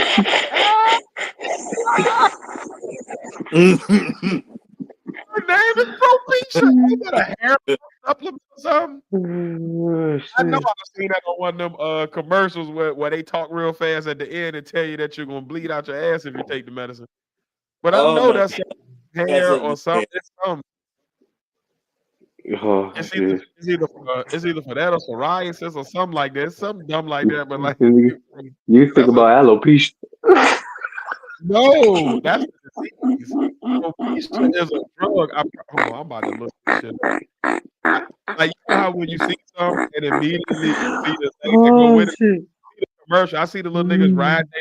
Yup, it's for hair growth. Because I see the little man, he like a little man with some gray shorts and a blue shirt. He riding a bike, grinning at his friends. Because now he got yeah, right on the side, on the top. You know what I'm saying? The fact that she needs Propecia, her name is Propecia. She's named after a drug and she's on drugs.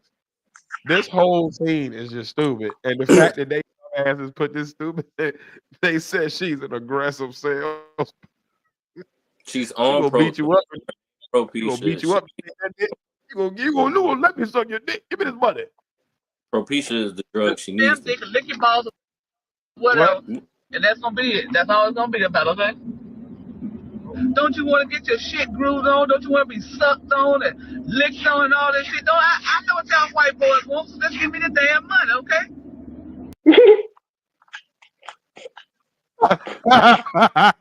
He looking into the camera like, hold on, what's happening? Is this the Yeah, I didn't know how did to I get sign money. up in the camera? Because this can't be real. This is not the date I'm on. Hold on. And we still driving to the date. So he like, I still got a whole activity and a dinner after this that I gotta hang out with. I gotta hang out with this lady for at least another good 3 hours. Oh Yeah. Lord, no. She just said, don't you want to get on the loan and get your what? Ma'am. Glued This is up. that's sexual assault, man. Especially You Like always you want to get glued up on. and the fact that you keep taking my money now, I feel like I'm being extorted. This nigga like, y'all was supposed to pay for the date. Are y'all gonna give her the money? Because she looking at me like she want a 50, and I don't have no cash. I came prepared. Y'all like, y'all was gonna pay for my dinner too. This look says it all. That is the look of horror and realization that I have been set up. They played me. This is ridiculous. It can't be ridiculous. It'd be ridiculous if you don't get none of this pussy. Listen, we'll just go on a date. We'll get some dinner, and we'll try. Oh no! Oh no! Oh no! Are y'all looking at the screen as this is happening?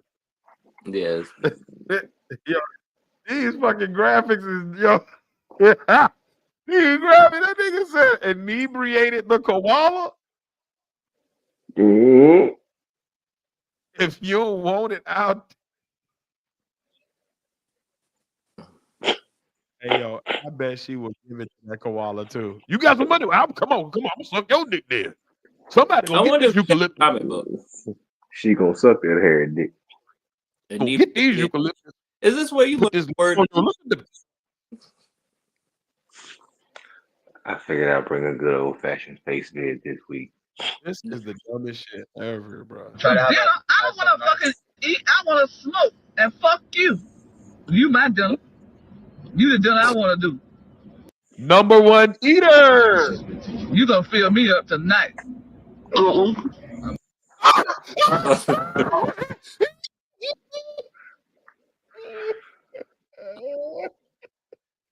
Like the producers didn't know this show existed. They just gave this to somebody as a project. You know what I'm saying? They ain't know what was really going on. You gonna fill me up tonight.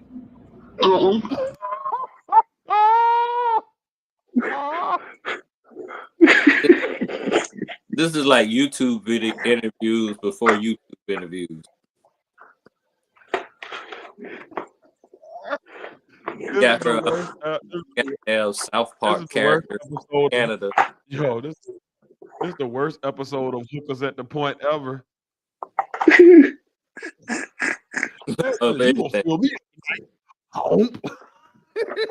Hunt's Point. Yo, who is the person that is doing the grabbing? Yo, that nigga You don't eat food though. You're not a normal person. Yeah, I eat food, but I don't want to eat no food tonight. I want to eat your motherfucking ass for the night, okay? You want to eat my ass? Yeah, I want to eat your ass for the night. You what I want to eat for the night. You all the food I need for right now. What's wrong? Is you gay or something? You don't like pussy or something? No, I'm not. So what you is, a little bitch or something? Where you going? Hi guys, how are you doing? Hey, we're doing good. Hello. Great. One of my favorite artists is Degas. You familiar with him at all? Or Claude Monet, perhaps? Fabulous artist. Don't impress crack whores. Phace, what the fuck is this shit here, boy? Why were you watching this to come across and then send it to me? Who pissed this guy off to set him up in this bullshit? Yo. No, who he pissed off, I should say. Bitch, did she just tell you she just want to gobble you up? She ain't trying to hear about no damn guy. Better give her the dick. What's wrong? What's wrong? You can't paint here. This is stupid. It's stupid. Well, you don't want to do what I want to do, so let's do what you want to do, okay? Let's just do. Uh-oh. Look, babe, we're gonna stay right here on this corner. We're gonna make things happen. We're gonna look. Don't even worry about me. What are we doing? Like I said, long as I see the rich cars, we're gonna have it all going on. Come on down here, huh? Look, you stay on here beside me, baby, so we're gonna get paid. I promise you, we're gonna get paid. Is this Hey, baby, bitch trying to pimp how you him doing? and himself out? Hey, baby, what you about today? What's happening? What you about? You wanna do something? Yeah, I want to get laid. You do, baby? How much for it? How much you want to pay me for it? About $10. Okay, well, how about for me and the bitch right here, too? About 15. Come on, bitch, get your motherfucking ass Now in. he Come be on, official. get in. Yo, hold on. Is this legal? Is she pimping him? That's what I said earlier. Did she for his ass? And he talking about with his hands on his bed, looking like Guy Fieri at 12, about to walk into this thing and go, what is happening? How was this on network TV? It's the 90s. It is. Phace, this man is like, she is pimping this nigga, and he down. He rolling like, well, I guess I gotta go then. Come on then, Margaret. It's the 90s. What the hell wrong with you? Get in. Shit. Let's go get The these damn golden age of $15. TV. You know your ass want to smoke, bitch. Get in. Shit. No, dog. Yeah, put that on there and smoke and shit. All smoke in your lungs out. Don't be trying to blow it out. Hit the shit. Yeah, damn. Don't throw up, nigga. Hit the goddamn shit. The sex was amazing. I can't believe you set me up with a cracker with a 2-inch goddamn penis. I'm gonna quit my job. I'm gonna sell everything that I have, whatever I gotta do to be with Propecia. Hell no! I don't want to see that motherfucker no damn more. Gotta Propecia. Yeah, okay. Man, he out there with Crunchy Okay. Black from 3-6 Mafia's Man, daughter what? and shit. Did we just walk Phace? I'm about to revoke your pick. You acting a fool, bro. My dumb ass sitting there like, oh yeah, this is the 90s. What's happening? When did this episode air? I don't remember this one. Hold on, this couldn't be real. What? Okay.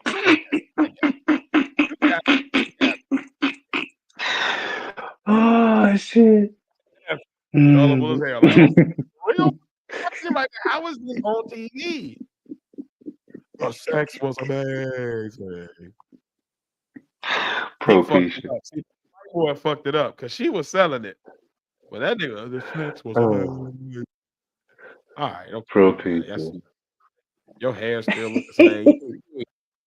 You ain't hit no rock and got your rocks off.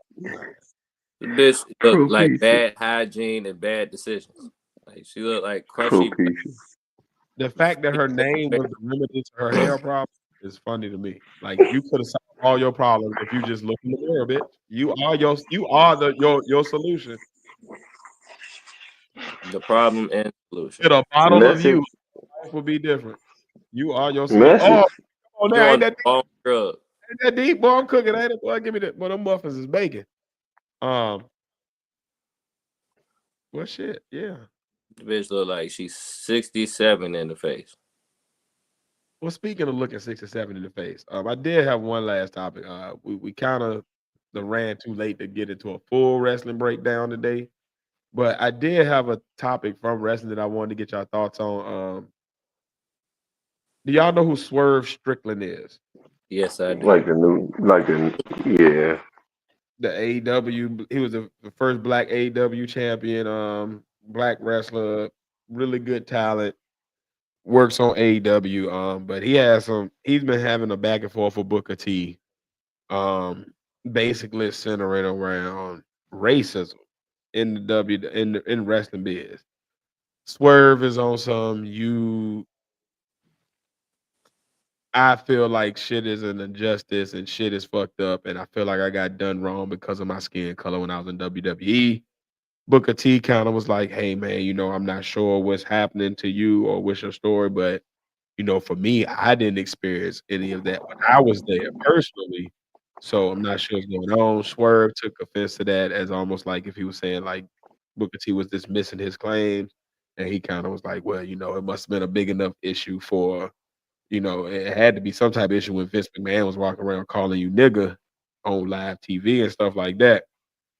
So basically they kind of went back and forth, sending shots at each other, whatever. But my thoughts on it was, or my question to y'all is, when it comes to race and how it's treated in wrestling today, how do you feel about it? Do you think we're at a good place? Do you think it needs to be more done? Do you think anything has changed, or do you think it's the same old good old boys club? It's I mean, I've been watching wrestling since the early '80s.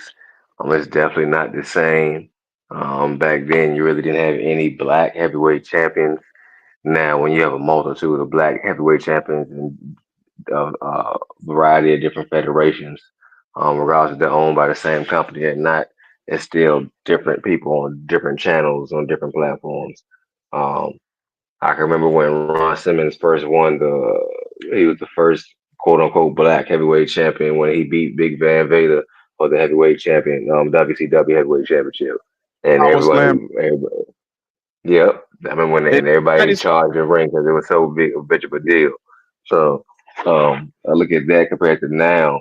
I said it has been some progression, but I feel like when it comes to sad to say, when it comes to anything that's predominantly white owned, especially when it comes to the big money thing, um, those coming up, especially minorities, especially black people, you're gonna face some type of struggle. You coming up in a business that's not predominantly you, so it's easy to see some things as race, especially nowadays when almost everything is coined as a racial issue. Not taking away from his struggle because his struggle may have been racial, but I know a lot of times nowadays people like to place things on race when some people are just assholes. As far as Vince McMahon walking around calling somebody nigga, uh, if somebody gonna allow it, that's on him. I don't know if Vince McMahon racist. I've heard the Hulk Hogan was racist. Uh, I've heard Vince McMahon likes to make money. So if you're a true racist, you ain't gonna make no money with no black people. So. Mm. How I feel? I feel like you can. I agree with you, Face, but I kind of also feel like to the side that if I'm making money off black people, if they look well off of it, I really don't care or not. But if it do, it make me look good. You know what I mean? Like, nope. I don't think. Okay, sorry. All right, it's more like if I make a money, if I'm able to make money off of it, if I see money off of it, no matter what race or whatever, this, that, and the third, and I don't take the opportunity to capitalize off of it, just because something that I just feel like Vince McMahon loves money more than he's racist, but I still feel like there's still some racist type ignorance to him or whatever with certain shit, just with certain jokes that he had, with certain things that he's done. I still feel like it's still like a racist undertone under there. That I don't think just because you are willing to make money or make money off of a person's image, that you're not racist. You understand? Because it depends on how you make money off of this. Because if you making money off of this and he's doing some type of coonery, that's still kind of racist. You know what I mean? Mm-hmm. So like I don't know, like to a point, I kind of feel both sides on it, but I also feel like Booker T is too deep to really understand where Strickland's coming from. I see your position. I guess when I saw it, the first thing I thought about was we're looking at just the first thing that I saw was just a class of errors in culture. You got a guy that is a Swerve Strickland coming from. I don't know his personal background, but I know he mainly comes from working the indie scene, kind of working his way up through the ranks, becoming famous, slowly but surely, but building his way up. So he's been in a few more federations and leagues, and he's probably had a more struggling way coming up. I also see the difference in Booker T also because he went straight to WCW, but he also comes from being in prison right before like his brother Stevie Ray got him into wrestling, kind of because that's what Stevie Ray wanted to do. But Booker T was coming off the streets and like trying to find something to do, so he kind of fell into it. So I also understand that Booker T might more look at wrestling as like this thing just saved my life. So he may have Mm. a bias toward it of like an emotional connection, a thing of like this thing saved my life. So I can't really say with so much bad to it. Then I also got the difference in eras as far as like when Booker T, by the time he came into wrestling, we're in the 90s, and he's there right like Harlem Heat kind of popped right before the Attitude Era, but it was during that time when counterculture was hitting and you started to see more whites and blacks kind of getting on the same page. A lot more shows like Jerry Springer was showing like whites and blacks kind of on the same stuff. Like it was a lot of stuff going on where you saw the cultures finally like really mixing, and you start to see the basis of what the culture is now, to where like you got all these kids and they don't care what races, they all use the same thing, they all act the same. Like you started to see that starting then. And Mm-hmm. for Booker T, you coming into wrestling, you coming straight into WCW, you might have been shielded from it, or the fact that you with your brother, you might not have been hanging around with these niggas as much because you hanging with your brother. So I don't really, as opposed to coming in as a solo wrestler where I gotta be around these niggas more, or I don't really have nobody else to hang out with, so it's just me and I'm in there having to listen to this shit. A lot of people might not have been ready to really approach you with no crazy shit with you and your brother together, and your brother looks evil as fuck all the time, and he big as shit. Mm-hmm. You already big as shit, but this nigga bigger than you. I doubt that it was gonna be a whole lot of people like coming at you crazy. I do think that Swerve makes a good point when he comes to like the Vince McMahon calling, using the word nigga on thing. And I remember Booker T even saying that he had to go back and say something to Vince or like have a conversation with him online about that. Um, because he didn't approve of it. But if you had to have a conversation with Vince, then you can't really say you never experienced racism, because that's it, right? If you had to have a conversation with a nigga about some racist shit, then you've experienced it Yeah, on some exactly. level because you've been there.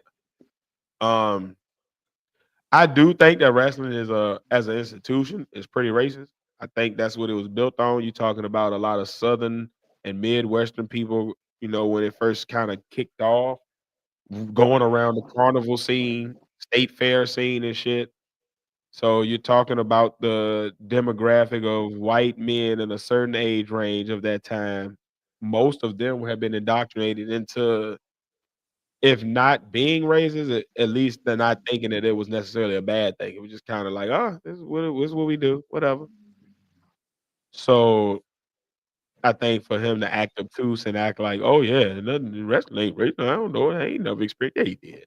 You might have brushed it off because you were so happy to have the opportunity, or you might have not paid it no mind because you had, support system there with you. But it happened. You ain't about to tell me that. Mm-hmm. So I that's the thing. I do think that Swerve gotta watch it though, because if your issue is the racism and blacks getting opportunity and recognition and visibility in the sport or the sports entertainment, but then you're going at another black dude to accomplishment, I don't know that that sends the right message to the powers that be. It just looked like you mad at another black man for some shit that he ain't do either. And that right there is always the fucking problem. Yeah. Yeah. That's always it ends up always being the fucking problem right there. Every single time. Like once it like that's my disagreement with Booker T, what you just said. But I also want to be careful with Strickland because when you're in an era where you do see more visible black wrestlers or whatever, I just saw a black tag team that I thought would never have the championship. I thought they would probably break up or be released before they even get to a championship, have a championship. Yeah. So you kind of got to watch I how you say it or whatever, because they can always throw off that stats of what they have with the talent that they have right now or whatever. So to me, it might just be what I think it is that creative somewhere somebody got an issue with creative because usually creative is built on stereotypes fighting each other. That is that is the foundation that creative at WWE and majority of these like wrestling organization is based off of stereotypes fighting each other. Yeah. For real.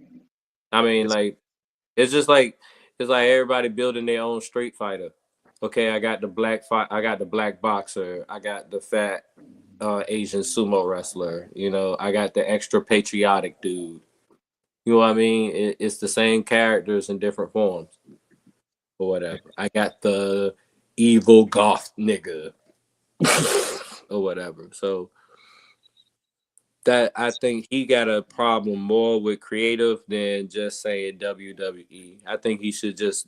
I think when we actually have a problem with something, we should just go ahead and pinpoint the actual issue instead of just beating around the bush. And I think that's you just saying WWE is beating around the bush. Say you got a problem with a writer. Say you got a problem with a creative. Say that's the one thing that be irking me in these interviews. Like you don't have a problem with the company. You have a problem with the guy that presented some bullshit to you that they said that you had to do. So say that motherfucker or whatever. I So would they can say go and give yes. him the training. I say yes and. So like yes, he probably does have like certain people that he could pinpoint and be like, okay, these are the real people that kind of held me back. But I think what Swerve is talking to is the system that was there for years in wrestling. Of the reason why Ron Simmons was the first wrestling black wrestling heavyweight champion, period. And we're talking about that happened in the 90s and wrestling had been going since like the 30s, 40s. Mm-hmm. So you see what I'm saying? So like it's a thing that he's hitting it on the head. There is a system because even if you're talking about Vince McMahon, who was running creative for years, the people under him still answering him, they still going along with it. Mm-hmm. Ain't nobody speaking up to change it. So it's still all of them complicit. So I get where he's coming from. I think the problem again is you're going at a black man to do it. And then Mm-hmm. two, you're not recognizing the fact that the situation you're in right now. You're in a wrestling company that's owned by a person that's not of Caucasian descent that is putting you as their champion already, and they've only been a company for a few years. Mm-hmm. You're also talking about a company that is now run by a completely different regime who has more African American, Latino, and people of color in positions of championships, main event roles, or prominent positions on the program to where like literally there are certain nights where you can almost have a blackout where the tag team championship, both of them matches are black people. You got the world championship might be a black person, the US champion is like so we're seeing a regime that is comfortable with pushing people regardless of whatever, just merit. So we're winning. We have a also the number one wrestling company is now partly owned by a group that is made up of one of which is a black man, The Rock. Mm-hmm. So you're talking about like a different time, and the complaint making may have been more apropos as you were coming up, especially maybe say 7 to 8 years ago. But the time we're in now is so different in the specific industry you're talking about, and the position that you're in as a champion. It's kind of hard for you to make that point as you're sitting there. Yeah, they don't put us in any main stories, and I'm the champion. Yeah, you can't really say On this interview, being able to say this because I'm the champion. So it's like the it's sad to see black men not be able to just all be offline. Let's figure out what we disagree, and then let's come together and figure out what we agree and make a unified front and just present that. Because whatever it is that you gripe about, I can probably help you, and you can probably help me, and we can both be an asset to each other. I will say to his defense, to Strickland's defense, he might not been able to have he might have felt that this was the time that he had an actual platform to say these things, and before he didn't have the voice, or it would go on, closed ears. So this might just be his thing where I want to put this out there that, hey, I wasn't able to say it before, but I'm saying it now. You know what I mean? Or I've been saying it before, nobody's been saying it, has been, from what I've seen in my perspective, it doesn't seem like it's been addressed. So I'm addressing it or whatever. So I'm glad you said might and platform, because he might not want to say nothing else about Booker T, because Booker T might knock his ass off that platform, because Booker T throw them hands. So leave, if you know, you know. If you heard the story, you know. But Booker T throw them hands, so you might want to leave Booker T. For you, nigga. And Swerve Strickland is like me after a bunch of protein shakes and lifting weights. He's maybe 215, 220 something at the best. Booker T is a good solid 6'4", 6'5", 250. Leave that man alone. Just leave him alone. And if you know, you know. And I'm gonna leave that there. But the times are getting better for wrestling. I think they both have points. I think that it would be great to see them, instead of talking past each other or coming at each other, to work together and actually solve the problem that is being addressed. Because there is some credence to what they're both saying. I think is just come to a good happy medium, and then see how Booker T can leverage what he knows to help you, and see how you can help broaden Booker T's perspective to what you're talking about that he may have missed, and do that. Yeah. I think the problem is that, they be on these shows and podcasts and stuff like that. We're just throwing out topics, and I'm giving you a 5-minute answer or whatever for I would say, for a question that probably needs a broader explanation, and stuff get lost in translation, and stuff get perceived a different way, because you got to give a 5-second answer for something that's probably an hour long, if you get what I mean. And I think that's why we have situations and conflicts between two people like this. That's Yeah, and make sure if somebody asks you about something in an interview or a podcast about somebody else, if they not there to defend themselves, or you can't have a conversation with that person, just say no comment and move on until you're able to have a conversation. That way, don't nothing go crazy, and you ain't got to worry about a bunch of drama for nothing. Yeah, so don't go no jumper or Vlad. Yeah, but even if like, you got the choice how you answer. Like, somebody could be like, "Hey, so the other day we heard Pat said da da da da about you. How do you feel about this?" And I got the option to either go in, or I can be like, "Hey, look, man, no comment. Keep it moving," and then holler at you offline, or go online and say some wild shit that I might not even mean, or I don't even got the full knowledge. I'm just going off of what this dude just threw out there in the question. You have that permission to call me right at that time. You had the permission to call me right at that time of that interview. Yeah, but I think everybody do. I think it's just I'm in the moment. I feel like I gotta have an answer, and people don't realize it's just like when you in the interrogation room, when you see all these people snitching and shit. Like, shut up. They tell you got the right to remain silent. You don't have to say anything. Freedom of speech protects you to say anything you want, but also to not say anything. You know you fucked up, right? You don't have to say shit. Shut up and let it go, and handle it directly. So don't nothing get crossed over. Because usually what happens in the media is it's like the game of telephone. By the time you hear it, it ain't never exactly how it went or how the person meant it. And now it's something way bigger than the little bullshit that they actually asked you about. So yeah. You know you fucked up, right? You said you were at the store at 11, but then you said you were at 12. So which one was it? You done fucked up. I keep thinking of that scene every single time I think about somebody picking up on it. It's a meme. For sure. And I tell you what we fucked up at tonight.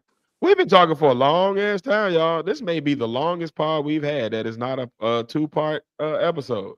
So, yeah, man. Please let us know what y'all thought about all the conversations that we've had tonight. Let us know, do you feel that wrestling is still racist? What do you think about Booker T and Swerve Strickland's issues with each other? What do you think about the status of wrestling and race issues right now? Also, what did you feel are your top 3 diss tracks of all time?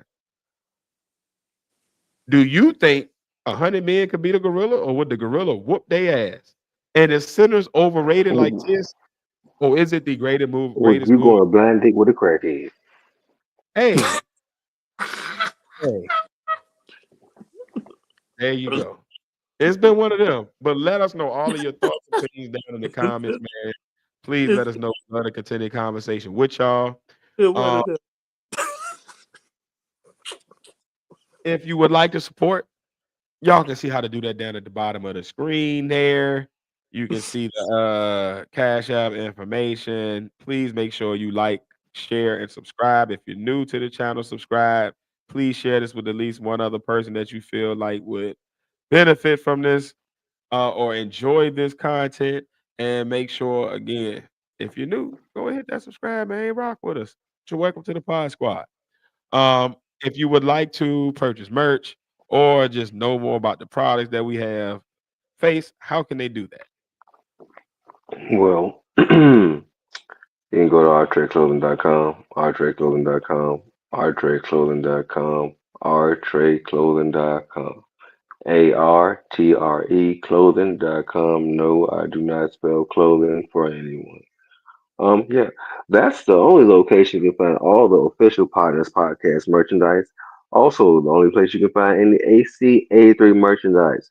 We got everything from hats to socks and everything in between. Come check it out, man. Indeed, man. And after you get that merch, man, make sure you send us pics and let us know what I'm saying, see you in your partner's gear. Make sure you send that to us ASAP. Make sure you reach out to us. And Pat, if they do want to reach out to us and get in touch with us or just continue the conversations with us offline, how can they do that, my boy? At sign THEPODNAS. That's at sign PODNAS. Or at sign THEPODNAS. Apologize. And all of social medias, pretty much. Any social media you think of is at sign THEPODNAS. I said it again because I fucked up the last time. And on Facebook is Tis Face Pat. Indeed, man. And as always, man, I've been 1/3 of the partners. I've been your boy Tiz. And I have been along with. It's the other third of the partners. It's the Padawan here. I'm so glad I smoked right before I got into the podcast because it makes everything funnier. And I've been along with. This face in a place, and I've been along with. I hate when he. Anyway, man, we've been along with, man. Shout out to YM for us tonight. Shout out to Last Call. Shout out to my boy Greg. Shout out to Joe. Shout out to anybody else that was in the cloud. Just shout out the whole, the Yeah, Pod I'm Squad. Phace, bitch. Man, Yeah. make sure y'all throw y'all comments, our list, all that into the comments down below. And man, we about to be about this thing, man. I hope y'all have a blessed week. We're about this thing, bitch. Peace, nigga. Have a great week, y'all. We'll be out, and we'll see you next time.